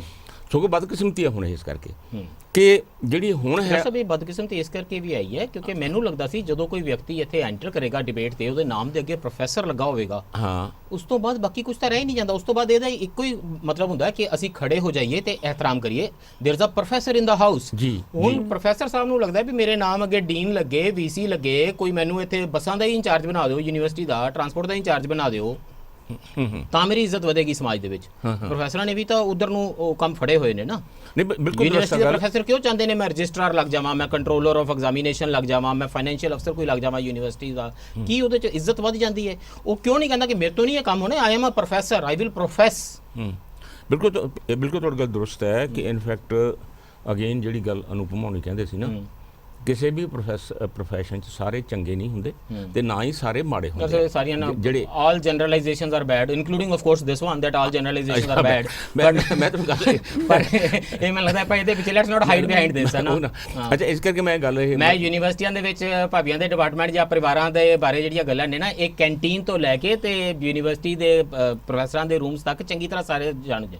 ਮਤਲਬ ਹਾਈ ਟਾਈਮ ਕਿ ਟੀਵੀ ਡਿਬੇਟਾਂ ਦੇ ਵਿੱਚ ਵੀ ਆਈ ਜਾਣ। ਪਰ ਮੈਂ ਤੁਹਾਡੇ ਕੋਲ ਜਿੱਥੇ ਇਹ ਐਗਜ਼ਾਮਪਲਸ ਨੇ ਨਾ ਕਿ ਜੀ ਉਹ ਰਜਿਸਟਰਾਰ ਬਣ ਗਿਆ, ਇੱਧਰ ਬਣ ਗਿਆ, ਤੁਹਾਡੇ ਕੋਲ ਨਹੀਂ ਹੈ ਜਿਹੜੇ ਰਿਫਿਊਜ਼ ਕੀਤੇ ਨੇ ਫॉर एवरीवन ਰਜਿਸਟਰਾਰ 10-15 ਤਰਸਦੇ ਫਿਰਦੇ ਨੇ, ਜਿਹੜੇ ਲੋਕਾਂ ਨੇ ਰਿਫਿਊਜ਼ ਕੀਤੇ ਵੀ ਨਹੀਂ ਮੈਂ ਨਹੀਂ ਕੰਮ ਕਰਨਾ, ਇਹ ਮੈਨੂੰ ਵਾਲਿਆਂ ਨੂੰ ਵੀ ਜਾਣਦਾ, ਸਾਨੂੰ ਪਤਾ ਕੌਣ। ਮੈਨੂੰ ਪਤਾ ਕਿ ਪ੍ਰੋਫੈਸਰ ਰਣਧੀਰ ਸਿੰਘ ਜਿਸ ਵੇਲੇ ਸਿਲੈਕਸ਼ਨ ਕਮੇਟੀ ਸੀਗੇ ਤਾਂ ਚੱਡਾ ਸਾਹਿਬ ਨੇ ਰਿਫਿਊਜ਼ ਕੀਤਾ, ਵਾਈਸ ਚਾਂਸਲਰ ਨਹੀਂ ਬਣਨਾ, ਸ਼ਾਇਦ ਆਪਣਾ ਨੌਲੇਜ ਨਹੀਂ ਬਣਨ ਨੂੰ ਤਿਆਰ ਨਹੀਂ। ਅੱਛਾ, ਦੂਸਰੀ ਗੱਲ ਮੈਂ ਹੋਰ ਕਹਿਣਾ ਵੀ ਫਰਜ਼ ਕਰੋ ਇਹ ਪੋਸਟਾਂ ਆਫਰ ਕਿਉਂ ਕੀਤੀਆਂ ਗਈਆਂ? ਪੋਸਟ ਇਹ ਕਰਕੇ ਆਫਰ ਕੀਤੀਆਂ ਗਈਆਂ ਅਗੇਨ ਜਿਹੜੀ ਕਾਸਟ ਕਟਿੰਗ ਚੋਂ ਸੀ, ਕਿਉਂਕਿ ਅਸੀਂ ਰੈਗੂਲਰ ਰਜਿਸਟਰ ਨਹੀਂ ਲਾਉਣਾ ਚਾਹੁੰਦੇ, ਰੈਗੂਲਰ ਸੀ FDO ਨਹੀਂ ਲਾਉਣਾ ਚਾਹੁੰਦੇ, ਰੈਗੂਲਰ ਸੀ ਡੀ ਨਹੀਂ ਲਾਉਣਾ ਚਾਹੁੰਦੇ, ਇਸ ਕਰਕੇ ਚਾਹੁੰਦੇ ਹਾਂ ਕਿ ਐਡੀਸ਼ਨਲ ਚਾਰਜ ਦੇ ਦਿਓ ਬੰਦੇ ਨੂੰ, ਐਡੀਸ਼ਨਲ ਚਾਰਜ ਦਿਓ। ਬਹੁਤੇ ਪ੍ਰੋਫੈਸਰਾਂ ਨੂੰ ਯੂਨੀਵਰਸਿਟੀਆਂ 'ਚ ਐਡੀਸ਼ਨਲ ਚਾਰਜ ਦਿੱਤੇ ਹੋਏ ਨੇ, they are not even whole time university is not spending. ਉਹ ਕਿਸੇ ਨੂੰ 500 ਦੇਤਾ, ਕਿਸੇ ਨੂੰ 1000 ਦੇ, 2000 ਦੇ ਕੇ ਇਹੋ ਜਿਹੀਆਂ ਅਪਾਇੰਟਮੈਂਟਾਂ ਵੀ ਇੱਕ ਪਾਸੇ ਜਿੱਥੇ ਆਪਾਂ ਟੀਚਰਾਂ ਨੂੰ ਕਹਿ ਸਕਦੇ ਹਾਂ ਕਿ they should have refuse such assignments and should have concentrated on their research and teaching, ਉਹ ਇਸ ਕਰਕੇ ਦਿੱਤੀਆਂ ਗਈਆਂ ਕਿ ਸਾਨੂੰ ਇੱਥੇ ਕਾਸਟ ਕਟਿੰਗ ਕਰਨੀ ਸੀ ਅਸੀਂ ਵੀ ਕਿੱਥੇ ਪ੍ਰੋਫੈਸਰ ਦਾ ਸਕੇਲ ਦੇ ਕੇ ਰਜਿਸਟਰ ਲਾਉਣਾ ਸੀ, ਕਿੱਥੇ 500 2000 ਦੇ ਕੇ ਉੱਥੇ। ਹੁਣ ਇਹ ਨਾ ਕਹੋ ਵੀ ਪ੍ਰੋਫੈਸਰ ਸਾਹਿਬ ਡੀਨ ਬਣ ਕੇ ਯੂਨੀਵਰਸਿਟੀ ਦਾ ਭਲਾ ਕਰ ਰਹੇ ਸਨ,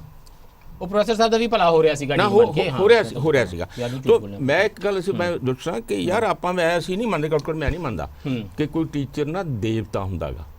ਜਿਹੜਾ ਦੇਵਤੇ ਵਾਲਾ ਕਨਸੈਪਟ ਹੈ ਨਾ, ਉਹ ਦੇਵਤਿਆਂ ਵਾਲੇ ਤੇ ਤੁਹਾਡੇ ਉਹ ਲੱਗਦਾ ਸੀ ਚਾਰਜ ਦਿੱਤਾ ਸੀਗਾ IAS ਅਫਸਰ, ਕੀ ਨਾਮ ਸੀ ਉਹਨਾਂ ਦਾ, ਅਨੁਰਾਗ ਵਰਮਾ ਜੀ। ਔਰ ਦੇਵਤੇ ਯੂਨੀਵਰਸਿਟੀ 'ਚ ਕਿਸ ਕਿਸਮ ਦੇ ਨੇ? ਅਨੁਰਾਗ ਵਰਮਾ ਜੀ ਨੇ ਅੱਛੀਆਂ ਖਾਸੀਆਂ ਇਨਕੁਆਇਰੀਜ਼ ਖੋਲ੍ਹ ਦਿੱਤੀਆਂ ਸੀ, 16 ਕੋਈ ਇਨਕੁਆਇਰੀਜ਼ ਨੇ ਹੋਈਆਂ ਪਈਆਂ ਨੇ, ਸਾਲ ਬੀਤ ਰਹੇ ਨੇ ਤੇ ਇਨਕੁਆਇਰੀਆਂ ਓਪਨ ਨਹੀਂ ਹੋ ਰਹੀਆਂ, ਉਹਨਾਂ ਦੀਆਂ ਰਿਪੋਰਟਾਂ ਸਾਹਮਣੇ ਨਹੀਂ ਆ ਰਹੀਆਂ। ਇਹ ਸੁਣੋ, ਇਹ ਮੈਂ ਸੁਣਿਆ, ਇਹ ਮਤਲਬ ਆਫੀਸ਼ੀਅਲ ਡਾਕੂਮੈਂਟਸ ਦੇ ਵਿੱਚੋਂ ਹੈ।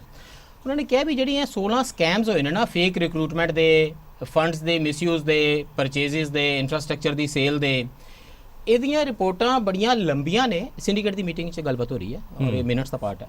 ਇਹਦੀਆਂ ਰਿਪੋਰਟਾਂ ਬੜੀਆਂ ਲੰਬੀਆਂ ਨੇ ਤੇ ਸਿੰਡੀਕੇਟ ਨੇ ਡਿਸਾਈਡ ਕੀਤਾ ਹੈ ਵੀ ਅਜੇ ਕਮੇਟੀ ਦੀਆਂ ਰਿਕਮੈਂਡੇਸ਼ਨਸ ਆਰ ਐਕਸ਼ਨ ਨਾ ਲਿਆ ਜਾਵੇ, ਨਵੀਂ ਇੱਕ ਕਮੇਟੀ ਬਣਾਈ ਜਾਵੇ ਜਿਹੜੀ ਇਹਨਾਂ ਲੰਬੀਆਂ ਰਿਪੋਰਟਾਂ ਨੂੰ ਪੜ੍ਹੇਗੀ। ਇੱਕ ਤਾਂ ਮੈਨੂੰ ਇਹ ਦੱਸੋ ਪ੍ਰੋਫੈਸਰ ਅਨੂਪਾ, ਤੁਸੀਂ ਪ੍ਰੋਫੈਸਰਾਂ ਨੂੰ ਬੜਾ ਡਿਫੈਂਡ ਕਰ ਰਹੇ ਸੀਗੇ, ਮੇਰੇ ਤਾਂ ਆਪ ਪ੍ਰੋਫੈਸਰ ਬੜੇ ਦੋਸਤ ਨੇ, ਬਕਾਇਦਾ ਡਿਫੈਂਡ ਕਰਨੇ ਚਾਹੀਦੇ ਨੇ। ਕਿਸ ਕਿਸਮ ਦੇ ਪ੍ਰੋਫੈਸਰ ਨੇ ਯੂਨੀਵਰਸਿਟੀ 'ਚ ਜਿਨ੍ਹਾਂ ਨੂੰ ਰਿਪੋਰਟਾਂ ਲੰਬੀਆਂ ਲੱਗਦੀਆਂ ਨੇ? ਮਤਲਬ ਕਿੰਨੇ ਪੇਜਾਂ ਤੇ ਜਾ ਕੇ ਕੋਈ ਰਿਪੋਰਟ ਲੰਬੀ ਹੋ ਜਾਂਦੀ ਕਿ ਹੁਣ ਪ੍ਰੋਫੈਸਰਾਂ ਦੀ ਸਮਰੱਥਾ ਤੋਂ ਬਾਹਰ ਹੋ ਗਈ ਆ, ਕਿਉਂਕਿ 1.5-2 ਪੇਜ ਦੀਆਂ ਰਿਪੋਰਟਾਂ ਨੇ। ਮੈਂ ਉਹਨਾਂ ਨਾਲ ਵੀ ਗੱਲ ਕੀਤੀ ਹੈ ਜਿਹੜਾ ਇਹਨਾਂ ਰਿਪੋਰਟਾਂ ਵਿੱਚ ਸ਼ਰੀਕ ਰਹੇ ਨੇ, ਉਹਨਾਂ ਇਨਕੁਆਇਰੀਆਂ ਦੇ ਵਿੱਚ ਕਰਦੇ ਰਹੇ ਨੇ। ਤੇ ਇਹ ਕਿਉਂ ਯੂਨੀਵਰਸਿਟੀ ਜਾਂ ਪੂਟਾ ਗੱਜ ਵੱਜ ਕੇ ਇਹ ਡਿਮਾਂਡ ਨਹੀਂ ਕਰ ਰਹੀ ਕਿ ਇਹਨਾਂ ਰਿਪੋਰਟਾਂ ਨੂੰ ਕੱਲ ਦੀ ਬਜਾਏ ਅੱਜ ਖੋਲਿਆ ਜਾਵੇ? ਦੇ should be open yesterday, not tomorrow. ਮੈਂ ਸਹਿਮਤ ਹਾਂ ਇਸ ਗੱਲ ਨਾਲ। ਮੈਂ ਇਹ ਕਹਿ ਰਹੀ ਹਾਂ ਕਿ ਵੀ thank you. ਕੋਈ ਵੀ ਚੀਜ਼ ਜਿਹੜੀ ਹੈਗੀ ਆ, ਜੇ ਉਹ ਕੋਈ ਕੁਐਸਚਨ ਖੜਾ ਕਰਦੀ ਹੈ, ਉਹਦੇ ਲੰਬੇ ਛੋਟੇ ਹੋਣ ਦਾ ਕੋਈ ਸਟੈਂਡਰਡ ਨਹੀਂ ਹੈਗਾ। ਬਿਲਕੁਲ। ਉਹ ਨਹੀਂ, ਮੈਨੂੰ ਇਹ ਜਦੋਂ ਲੋਕ ਇਹ ਕਹਿਣਗੇ ਵੀ ਅੱਛਾ ਯੂਨੀਵਰਸਿਟੀ ਦੇ ਵਿੱਚ ਇੰਨੇ ਸਕੈਮ ਹੋਏ ਨੇ ਵੀ 16 ਤੇ ਸਕੈਮ ਤੁਹਾਡੇ ਇਨਕੁਆਇਰੀ ਹੋ ਚੁੱਕੀ ਹੈ ਤੇ ਤੁਸੀਂ ਰਿਪੋਰਟਾਂ ਤੇ ਬੈਠੇ ਹੋਏ ਹੋ, ਫਿਰ ਅਸੀਂ ਕੌਣ ਇਸ ਕਿਸਮ ਦੀ ਅਕਲਸਾਜ਼ੀ ਨੂੰ ਜਨਮ ਦੇਗਾ ਯੂਨੀਵਰਸਿਟੀ 'ਚ ਕਿ ਸਰਕਾਰਾਂ ਨੂੰ ਕੁਐਸਚਨ ਕਰਨਾ ਹੁੰਦਾ? ਪਰ ਅਸੀਂ ਉਹ ਮਨੁੱਖ ਕਿਵੇਂ ਪੈਦਾ ਕਰਾਂਗੇ? ਪਰ ਸਿੰਡੀਕੇਟ ਕੱਲੀ ਮਤਲਬ ਅਕੈਡਮੀਸ਼ੀਅਨ ਦੀ ਨਹੀਂ ਨਾ ਹੈਗੀ। ਹਾਂ, ਦੈਟ ਟਰੂ ਹੈ ਨਾ। ਤੇ ਉਹਦੇ ਵਿੱਚ ਇਹ ਆ ਕਿ ਵੀ ਜਦੋਂ ਇਹ ਜੀ ਕੋਈ ਚੀਜ਼ ਖਾਰਜ ਹੁੰਦੀ ਹੈ ਤਾਂ ਸਾਨੂੰ ਇਸ ਗੱਲ ਨੂੰ ਦੀ ਪੁਣਛਾਣ ਕਰ ਲੈਣੀ ਚਾਹੀਦੀ ਹੈ ਕਿ ਉਹ ਖਾਰਜ ਕਿਸ ਗੱਲ ਕਰਕੇ ਹੋ ਰਹੀ ਹੈ, ਕੌਣ ਕਰ ਰਿਹਾ ਬਕਾਇਦਾ, ਕੌਣ ਕਰ ਰਿਹਾ, ਉਸ ਚੀਜ਼ ਨੂੰ ਕਿਉਂ ਹੋ ਗਿਆ, ਮਤਲਬ ਲੰਬੀ ਜਾਂ ਛੋਟੀ ਹੋਣ ਦਾ ਕੋਈ। ਅਮਿਤਪਾਲ ਜੀ, ਤੁਸੀਂ ਤਾਂ ਪੂਟਾ ਨੂੰ ਵੀ ਰਿਪਰੈਜ਼ੈਂਟ ਕਰ ਰਹੇ ਹੋ, ਇਹ ਕੌਣ ਰੋਕ ਰਿਹਾ ਇਹਨਾਂ ਰਿਪੋਰਟਾਂ ਦਾ ਸੱਚ ਬਾਹਰ ਆਉਣ ਨੂੰ? ਅਨੁਰਾਗ ਵਰਮਾ ਜੀ ਕੋਲ ਹੱਥ ਜੋੜ ਕੇ ਕਿਉਂ ਨਹੀਂ ਚਲੀ ਜਾਂਦੀ ਸਾਰੀ ਰਿਪੋਰਟਾਂ? ਕਿ ਸਰ ਛੱਡੋ, ਤੁਸੀਂ ਸਰਕਾਰ ਨੂੰ ਤੁਸੀਂ ਸਾਰੀਆਂ ਰਿਪੋਰਟਾਂ ਇੱਥੇ ਵੈਬਸਾਈਟ ਤੇ ਪਾ ਦਿਓ, ਤੁਸੀਂ ਆਪਣਾ ਹੀ ਇੱਕ ਬਲੌਗ ਚਲਾ ਦਿਓ, ਉਹਦੇ ਤੇ ਪਾ ਦਿਓ ਸਾਰੀਆਂ। ਸਰ ਇਹ ਸਾਰਾ ਕੁਝ ਸਿੰਡੀਕੇਟ ਦੇ ਪ੍ਰੀਵਿਊ 'ਚ ਹੈ, ਹੁਣ ਸਿੰਡੀਕੇਟ 'ਚ ਪ੍ਰੈਜ਼ੈਂਟ ਹੋ ਗਿਆ, ਹੁਣ ਸਿੰਡੀਕੇਟ ਨਹੀਂ ਇਸ ਤੇ ਡਿਸਾਈਡ ਨਹੀਂ ਕਿੰਨਾ ਟਾਈਮ ਲੈਣਾ ਹੈ? ਸਰ ਮਤਲਬ ਪੂਟਾ ਦੇ ਆਫਿਸ ਬੇਅਰਰਸ ਦੀ ਰਾਤਾਂ ਦੀ ਨੀਂਦ ਕਿਉਂ ਨਹੀਂ ਹਰਾਮ ਹੋ ਜਾਂਦੀ ਕਿ ਸਾਡੀਆਂ ਯੂਨੀਵਰਸਿਟੀਆਂ 'ਚ ਸਕੈਂਡਲ ਹੋਏ ਨੇ, ਇਨਵੈਸਟੀਗੇਟ ਹੋ ਗਏ ਨੇ, ਰਿਪੋਰਟਾਂ ਬਣੀਆਂ ਪਈਆਂ ਨੇ ਤੇ ਉੱਥੇ ਧੂੜ ਛਕ ਰਹੀਆਂ ਨੇ? ਸਿੰਡੀਕੇਟ ਹੀ ਇਹਦੇ ਲਈ ਐਪਰੋਪ੍ਰੀਏਟ ਅਥਾਰਟੀ ਹੈ। ਸਿੰਡੀਕੇਟ ਨੂੰ ਇਸ ਤੇ ਵਿਚਾਰ ਕਰਨਾ ਪਏਗਾ, ਉਹਨਾਂ ਨੇ ਹੀ ਇਹ ਤੇ future course of action decide ਕਰਨਾ। ਸਿੰਡੀਕੇਟ ਨੂੰ ਇਸ ਗੱਲ ਤੇ ਵੀ ਕੋਈ ਇਤਰਾਜ਼ ਹੁੰਦਾ ਕਿ ਸਰਕਾਰ ਕਹਿੰਦੀ ਹੈ ਕਿ ਪ੍ਰੋਫੈਸਰਾਂ ਤੋਂ ਤਾਂ ਅਸੀਂ ਜਿਹੜੀ ਉਹਨਾਂ ਨੇ ਇਨਵੈਸਟੀਗੇਸ਼ਨ ਕੀਤੀ ਹੈ ਇਹਨੂੰ ਤਾਂ ਤਰਕ ਕਰ ਦਿਓ, ਤੇ ਕੋਈ ਇੱਥੇ ACS ਰੈਵਨਿਊ ਨੂੰ ਲਗਾ ਦਿਓ, ਵਿਸ਼ਵਜੀਤ ਖੰਨਾ ਹਰਾਂ ਨੂੰ ਲਗਾ ਦਿਓ, ਨਾਲ ਕਿ ਉਹਨਾਂ ਨੂੰ ਲਗਾਇਆ ਸੀ, ਰਾਹੁਲ ਭੰਡਾਰੀ ਹਰਾਂ ਨੂੰ ਲਗਾਤਾ ਸੀ, ਸੈਕਟਰੀ ਹਾਇਰ ਐਜੂਕੇਸ਼ਨ ਨੂੰ ਲਗਾ ਦਿਓ, ਇਹੀ ਕਰ ਲੈਣਗੇ ਰਿਪੋਰਟ। ਸਰ ਉਹ ਬਿਲਕੁਲ ਜਿਹੜਾ ਯੂਨੀਵਰਸਿਟੀ ਦਾ ਇੱਕ ਸੈਟਅਪ ਹੈ, ਇੱਕ ਐਕੈਡੈਮਿਸ਼ੀਅਨ ਦਾ ਜਿਹੜਾ ਵਿਊ ਪੁਆਇੰਟ ਹੈ, ਉਹ ਯੂਨੀਵਰਸਿਟੀ ਨੂੰ ਸਮਝਣ ਲਈ ਜ਼ਿਆਦਾ ਜ਼ਰੂਰੀ ਹੈ। ਤੁਹਾਡੇ ਵਾਈਸ ਚਾਂਸਲਰ ਇਸ ਕਿਸਮ ਦੇ ਹੋਏ ਨੇ ਜਿਹੜੇ ਯੂਨੀਵਰਸਿਟੀਆਂ 'ਚ ਨਜਾਇਜ਼ ਭਰਤੀਆਂ ਕਰਦੇ ਰਹੇ ਨੇ? Is that true? ਸਰ ਅਸੀਂ ਇਸ ਦੇ ਮਾਮਲੇ 'ਚ ਜਿਹੜੀ ਰਿਪੋਰਟ ਹੈ ਨਾ, ਉਹ ਰਿਪੋਰਟ ਨੂੰ ਵਾਚਣਾ। ਮੈਂ ਤਾਂ ਵੱਖਰਾ ਸਵਾਲ ਪੁੱਛ ਰਿਹਾ ਕਿ ਵਾਈਸ ਚਾਂਸਲਰ ਬੀਤੇ ਵਿੱਚ ਨਜਾਇਜ਼ ਭਰਤੀਆਂ ਕਰਦੇ ਰਹੇ ਨੇ, ਓਵਰਸਟਾਫਿੰਗ ਕਰਦੇ ਰਹੇ ਨੇ? ਓਵਰਸਟਾਫਿੰਗ ਨਾਂ ਦੀ ਕੋਈ ਚੀਜ਼ ਨਹੀਂ ਹੈ ਜੀ। ਓਕੇ ਜੀ, ਡਨ। ਕੀ ਵਾਈਸ ਚਾਂਸਲਰ ਇਹੋ ਜਿਹੇ ਰਹੇ ਨੇ ਜਿਨ੍ਹਾਂ ਨੇ ਕੋਈ ਭਰਤੀ ਵੀ ਨਹੀਂ ਕੀਤੀ? ਟੀਚਿੰਗ ਦੇ ਵਿੱਚ ਪਿਛਲੇ ਬਹੁਤ ਲੰਮੇ ਸਮੇਂ ਤੋਂ ਕੋਈ ਭਰਤੀ ਨਹੀਂ ਹੋਈ ਜੀ ਟੀਚਿੰਗ। ਕੋਈ ਯੂਨੀਵਰਸਿਟੀ ਪੰਜਾਬ ਦੇ ਵਿੱਚ ਜਾਂ ਦੁਨੀਆ 'ਚ ਦੇਸ਼ ਵਿੱਚ ਇਹੋ ਜਿਹੀ ਹੈ ਜਿੱਥੇ ਸਾਲਾਂ ਸਾਲ ਕੋਈ ਭਰਤੀ ਵੀ ਨਹੀਂ ਹੋਈ? You are saying that? ਨਹੀਂ, ਸਾਡੀ ਯੂਨੀਵਰਸਿਟੀ ਸਰ, ਤੁਹਾਡੀ ਯੂਨੀਵਰਸਿਟੀ ਮਤਲਬ ਕੋਈ ਇੱਕ ਯੂਨੀਵਰਸਿਟੀ ਇਹੋ ਜਿਹੀ ਹੈ ਨਾ ਜਦੋਂ UGC ਦੇਸ਼ ਵਿੱਚ ਇਹੋ ਜਿਹੀ ਯੂਨੀਵਰਸਿਟੀ ਹੈ ਜਿੱਥੇ ਕੋਈ ਭਰਤੀ ਨਹੀਂ ਹੋਈ ਸਾਲਾਂ ਸਾਲ? ਕਿਹੜੀ ਜੀ? ਜਦੋਂ UGC ਦਾ ਉਹ ਮਤਲਬ ਸੀਗਾ ਆਪਣਾ, ਜਦੋਂ ਬਾਅਦ ਵਿੱਚ ਉਹ ਕੇਸ ਉਹਦੀ ਸੁਣਵਾਈ ਹੋਈ ਆ, ਤਾਂ ਪਿਛਲੇ ਕਈ ਸਾਲਾਂ ਤੋਂ ਨਾ GND ਦੇ ਵਿੱਚ ਨਾ ਕਿਸੇ ਥਾਵਾਂ ਦੇ ਉੱਤੇ ਮਤਲਬ ਰੋਕ ਲੱਗੀ ਹੋਈ ਸੀ। ਹੀ ਨਹੀਂ ਹੋ ਰਹੀ, ਯੂਨੀਵਰਸਿਟੀ ਕੋਈ ਭਰਤੀ ਨਹੀਂ ਹੋਈ ਸਾਡੀ ਯੂਨੀਵਰਸਿਟੀ ਦੇ ਵਿੱਚ। ਜਿਵੇਂ ਮੈਡਮ ਉਹਨਾਂ ਨੇ ਕਿਹਾ 60 ਤੋਂ 70% ਪੋਸਟਾਂ ਖਾਲੀ ਨੇ ਜੀ ਹਜੇ ਵੀ ਟੀਚਰਸ ਦੀਆਂ। ਤਾਂ ਯੂਨੀਵਰਸਿਟੀ ਵਿੱਚ ਇੰਟੈਲੈਕਚੁਅਲ ਐਕਟੀਵਿਟੀ ਕੀ ਹੋਏਗੀ ਜੇ ਸਾਰੇ ਟੀਚਰਸ ਨੂੰ ਤਨਖਾਹ ਦੀ ਪਈ ਹੋਵੇ? ਵਾਈਸ ਚਾਂਸਲਰ ਤਾਂ ਹਰ ਮਹੀਨੇ ਇਸ ਭੱਜ ਦੌੜ ਦੇ ਵਿੱਚ ਰਵੇ ਕਿ ਇਸ ਮਹੀਨੇ ਦੀ ਤਨਖਾਹ, ਤੁਹਾਨੂੰ ਹੁਣ ਤਨਖਾਹ ਵੀ ਗਲੂਕੋਜ਼ ਦੀ ਬੋਤਲ ਮਹੀਨੇ ਦੀ ਲੱਗਦੀ ਹੈ? ਸਰ ਸਾਨੂੰ ਹਜੇ ਸਿਰਫ ਤਨਖਾਹ ਦਸੰਬਰ ਮਹੀਨੇ ਦੀ ਮਿਲੀ ਹੈ ਜੀ। ਅੱਛਾ ਜੀ, ਆਪਾਂ ਹਜੇ ਸਾਡੇ ਜਨਵਰੀ ਮਹੀਨੇ ਦੀ ਤਨਖਾਹ ਪੈਂਡਿੰਗ ਹੈ ਔਰ ਫਰਵਰੀ ਦੀ ਅੱਜ 13 ਤਰੀਕ ਹੋ ਗਈ ਹੈ। ਤੇ ਜਿਹੜੇ ਰਿਟਾਇਰ ਹੋਏ ਨੇ ਉਹਨਾਂ ਨੂੰ ਕਈ ਮਹੀਨੇ ਦੀਆਂ ਪੈਨਸ਼ਨਾਂ ਨਹੀਂ ਮਿਲ ਰਹੀਆਂ ਔਰ ਰਿਟਾਇਰਲ ਬੈਨੀਫਿਟਸ ਮਿਲਿਆਂ ਨੂੰ ਸਾਲ ਤੱਕ ਦਾ ਸਮਾਂ ਹੋ ਚੁੱਕਿਆ ਟੀਚਰਾਂ। ਜਿਹੜੇ GPF ਅਕਾਊਂਟ ਹੈ ਯੂਨੀਵਰਸਿਟੀ ਨੇ ਪੈਸੇ ਪਾਣੇ ਨੇ ਉਹ ਪੈਂਦੇ ਨੇ ਰੈਗੂਲਰ? ਸਰ 8 ਮਹੀਨੇ ਹੋ ਗਏ ਨੇ ਸਾਡੀਆਂ GPF ਦੀਆਂ ਕਟੌਤੀਆਂ ਸਾਡੇ ਅਕਾਊਂਟਸ ਨਹੀਂ ਗਈਆਂ। ਔਰ ਤਰਾਸਦੀ ਇਹ ਜਿਹੜੀ ਸਾਨੂੰ ਸੈਲਰੀ ਸਲਿੱਪ ਮਿਲ ਰਹੀ ਹੈ ਉਹਦੇ 'ਚ ਸ਼ੋਅ ਕੀਤਾ ਜਾ ਰਿਹਾ ਕਿ GPF ਦੀ ਇੰਨੀ ਅਮਾਉਂਟ ਕੱਟੀ ਜਾ ਚੁੱਕੀ ਹੈ। ਸੋ ਕੱਟ ਕੇ ਉਹ ਜਮ੍ਹਾਂ ਨਹੀਂ ਕਰਾਈ ਜਾਂਦੀ, ਜਮ੍ਹਾਂ ਨਹੀਂ ਕਰਾਈ ਜਾ ਰਹੀ, ਔਰ ਉਹਦਾ ਵਿਆਜ ਕੌਣ ਦੇਊਗਾ ਜੀ? ਇਹ ਨਾ ਤਾਂ 8 ਮਹੀਨਿਆਂ ਦੀਆਂ ਕਟੌਤੀਆਂ ਨਾ ਉਹਨਾਂ ਦਾ ਵਿਆਜ, ਦੋਨੋਂ ਚੀਜ਼ਾਂ ਪੈਂਡਿੰਗ ਨੇ ਸਾਡੀਆਂ। ਐਸਪੀ ਸਿੰਘ ਜੀ, ਦੋ ਆਬਜ਼ਰਵੇਸ਼ਨਸ ਨੇ। What is it that you want? ਕੀ ਕਰੇ ਸਰਕਾਰ ਇੰਡੀਆ? ਕੋਈ ਸਰਕਾਰ ਨੂੰ 500 ਕਰੋੜ ਰੁਪਏ ਨਹੀਂ ਦੇਣੀ। ਦੋ ਆਬਜ਼ਰਵੇਸ਼ਨਸ ਨੇ। ਇੱਕ ਤਾਂ ਮੈਂ ਕਿ ਭਰਤੀਆਂ ਤੇ ਪਾਬੰਦੀ 2002 ਚ ਲੱਗੀ ਜੀ ਜੀ, ਔਰ ਉਹ ਜਿੱਥੇ ਕਿ ਲੱਗਣੀ ਚਾਹੀਦੀ ਸੀ, ਜਿੱਥੇ ਲੋਕ ਵਾਧੂ ਹੈ ਜਾਂ ਲੋੜ ਨਹੀਂ ਹੈ, ਕੰਪਿਊਟਰਾਈਜੇਸ਼ਨ ਹੋ ਗਈ, ਉਹ ਭਰਤੀ ਜੇ ਆਪਾਂ ਟੀਚਰਾਂ ਵਿੱਚ ਵੀ ਲਾਵਾਂਗੇ ਤੇ ਹੈਲਥ ਵਿੱਚ ਵੀ ਲਾਵਾਂਗੇ, ਜਿਹੜੀ ਉੱਥੇ ਵੀ ਲੱਗੀ ਜੀ ਜੀ, ਕਿ ਟੀਚਿੰਗ ਵਿੱਚ ਵੀ ਤੇ ਹੈਲਥ ਵਿੱਚ ਵੀ ਲੱਗੀ, ਜਿਹੜੀਆਂ ਯੂਨੀਵਰਸਿਟੀਆਂ ਤੇ ਇਹ ਸ਼ੁਭ ਕੰਮ ਤੇ ਅਕਾਲੀ ਸਰਕਾਰਾਂ, ਕਾਂਗਰਸ ਸਰਕਾਰਾਂ ਸਾਰਿਆਂ ਵੇਲੇ ਹੋ ਰਹੀਆਂ ਹੋਈਆਂ। ਇੱਕ ਤਾਂ ਇਹ ਗੱਲ ਮੈਂ ਤੁਹਾਡੇ ਧਿਆਨ ਚ ਲਿਆਵਾਂ।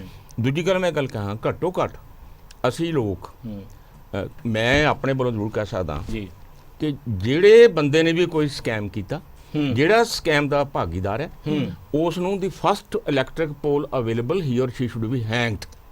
ਜਿਹੜੀ ਗੱਲ ਮੈਂ ਜ਼ੋਰ ਦੀ ਕਹਿਣਾ ਚਾਹੁੰਦਾ, ਅਧਿਆਪਕ ਲਹਿਰ ਚ ਹੁੰਦਾ ਹੋਏ ਮੈਂ ਕਹਿਣਾ ਚਾਹੁੰਦਾ, ਪਰ ਮੈਂ ਹੁੰਦਾ ਕਿਉਂ ਨਹੀਂ ਇਹ ਵੀ ਕਹਿਣਾ ਚਾਹੁੰਦਾ। ਹੁੰਦਾ ਇਸ ਕਰਕੇ ਨਹੀਂ ਕਿਉਂਕਿ ਜਦੋਂ ਆਪਾਂ ਵਿੱਚੋਂ ਬੰਦੇ ਨਿਕਲਦੇ ਆ ਨਾ, ਵਿੱਚੋਂ ਨਿਕਲਦਾ ਕੌਣ ਆ ਉਹਦੇ, ਜੋ ਸਰਕਾਰ ਦੇ ਆਪਣੇ ਚਹੇਤੇ, ਆਪਣੇ ਅਪੁਆਇੰਟੀ, ਆਪਣੇ ਸਿਫਾਰਸ਼ੀ ਉਹ ਨਿਕਲਦੇ ਆ। ਪੂਟਾ ਇਜ਼ ਵੈਰੀ ਕਲੀਅਰ ਕਿ ਪੂਟਾ ਦਾ ਕੋਈ ਆਫਿਸ ਬੇਅਰਰ ਦਾ ਤਾਂ ਉਹਦੇ ਚ ਨਾਮ ਨਹੀਂ ਹੈਗਾ। ਜੇ ਹੋਵੇ ਸਾਨੂੰ ਕੋਈ ਦਿੱਕਤ ਨਹੀਂ, ਜੇ ਹੋਵੇ ਸਾਨੂੰ ਕੋਈ ਦਿੱਕਤ ਨਹੀਂ, ਜਾਂ ਵਿਜੀਲੈਂਸ ਬਿਊਰੋ ਦੇ ਵਿੱਚ ਜਾਂ ਕੋਈ ਕਿਸੇ ਰਡਾਰ ਤੇ ਹੋਵੇ, ਹਾਂ ਸਾਨੂੰ ਕੋਈ ਦਿੱਕਤ ਨਹੀਂ। ਹਾਂ ਓਪਨਲੀ ਡਿਕਲੇਅਰ ਕਿ ਸਾਡੇ ਚ ਕੋਈ ਨਹੀਂ ਹੈਗਾ, ਜੇ ਹੈਗਾ ਤਾਂ ਹੋਵੇ। ਜੇ ਮੈਂ ਕਹਿੰਦਾ ਜੇ ਇਹਨਾਂ ਵਿੱਚ ਵੀ ਹੋਵੇ, ਇਹਨਾਂ ਉਹ ਵੀ ਕੋਈ ਐਕਸਕਿਊਜ਼ ਨਹੀਂ ਬਣਦਾ। ਬਿਲਕੁਲ ਇਸਨੇ ਇਹ ਕਰਦਾ ਜੀ ਜੀ। ਹੈਂਗਿੰਗ ਫਰਮ ਦਾ ਪੋਲ ਨਾਲ ਨਹੀਂ ਮੈਂ ਸਹਿਮਤ ਹੁੰਦਾ, ਤਾਲਿਬਾਨੀ ਦਾ ਕਾਨੂੰਨ ਪਰ ਫੜਨੇ ਚਾਹੀਦੇ।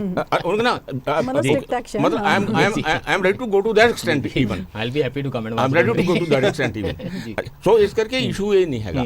ਇਸ਼ੂ ਇਹ ਹੈ ਕਿ ਇਹ ਇਸ਼ੂ ਯੂਨੀਵਰਸਿਟੀਆਂ ਦੀ, ਕਾਲਜਾਂ ਦੀ ਜੋ ਲੈਜੀਟੀਮੇਟ ਉਹਨਾਂ ਦੀਆਂ ਫਾਈਨੈਂਸ਼ੀਅਲ ਇਸ਼ੂਜ਼ ਨੇ, ਡਿਮਾਂਡਸ ਨੇ, ਉਹ ਡਿਨਾਈ ਕਰਨ ਖਾਤਰ ਨਹੀਂ ਵਰਤੀਆਂ ਜਾ ਸਕਦੀਆਂ ਗੱਲਾਂ ਕਿ ਕਿਉਂਕਿ ਇੱਥੇ ਸਕੈਮ ਹੋ ਗਏ, ਕਿਉਂਕਿ ਇੱਥੇ ਸਕੈਮ ਹੋ ਗਏ। ਇਸ਼ੂ ਹੈ ਕਿ ਅੱਜ ਦੇ ਜ਼ਮਾਨੇ ਦੇ ਵਿੱਚ, ਇਸ ਦੌਰ ਦੇ ਵਿੱਚ, ਇੰਨੇ ਪਾਰਟੀਜ਼ਨ ਦੌਰ ਦੇ ਵਿੱਚ, ਜਿਨ੍ਹਾਂ ਧਰਾਤਲਾਂ ਦੇ ਉੱਤੇ ਯੂਨੀਵਰਸਿਟੀਆਂ ਨੂੰ ਬਹੁਤ ਵਡੇਰੀਆਂ ਲੜਾਈਆਂ ਵਿੜਨੀਆਂ ਚਾਹੀਦੀਆਂ ਸੀ, ਉਹਨਾਂ ਸਮਿਆਂ ਦੇ ਵਿੱਚ ਪੰਜਾਬੀ ਯੂਨੀਵਰਸਿਟੀ ਇਤਿਹਾਸ ਵਿੱਚ ਇੱਕ ਨਾਮ ਦਰਜ ਕਰਵਾ ਰਹੀ ਹੈ ਕਿ ਅਸੀਂ ਉਸ ਵੇਲੇ ਆਪਣੀਆਂ ਤਨਖਾਹਾਂ ਲਈ, ਭੱਤਿਆਂ ਲਈ, ਕੈਸ਼ ਸਕੀਮਾਂ ਲਈ, ਰਿਟਾਇਰਮੈਂਟ ਬੈਨੀਫਿਟਸ ਲਈ, GPF ਅਕਾਊਂਟਾਂ ਦੇ ਵਿੱਚ ਪੈਸੇ ਪਾਉਣ ਲਈ ਲੜ ਰਹੇ ਸਾਂ।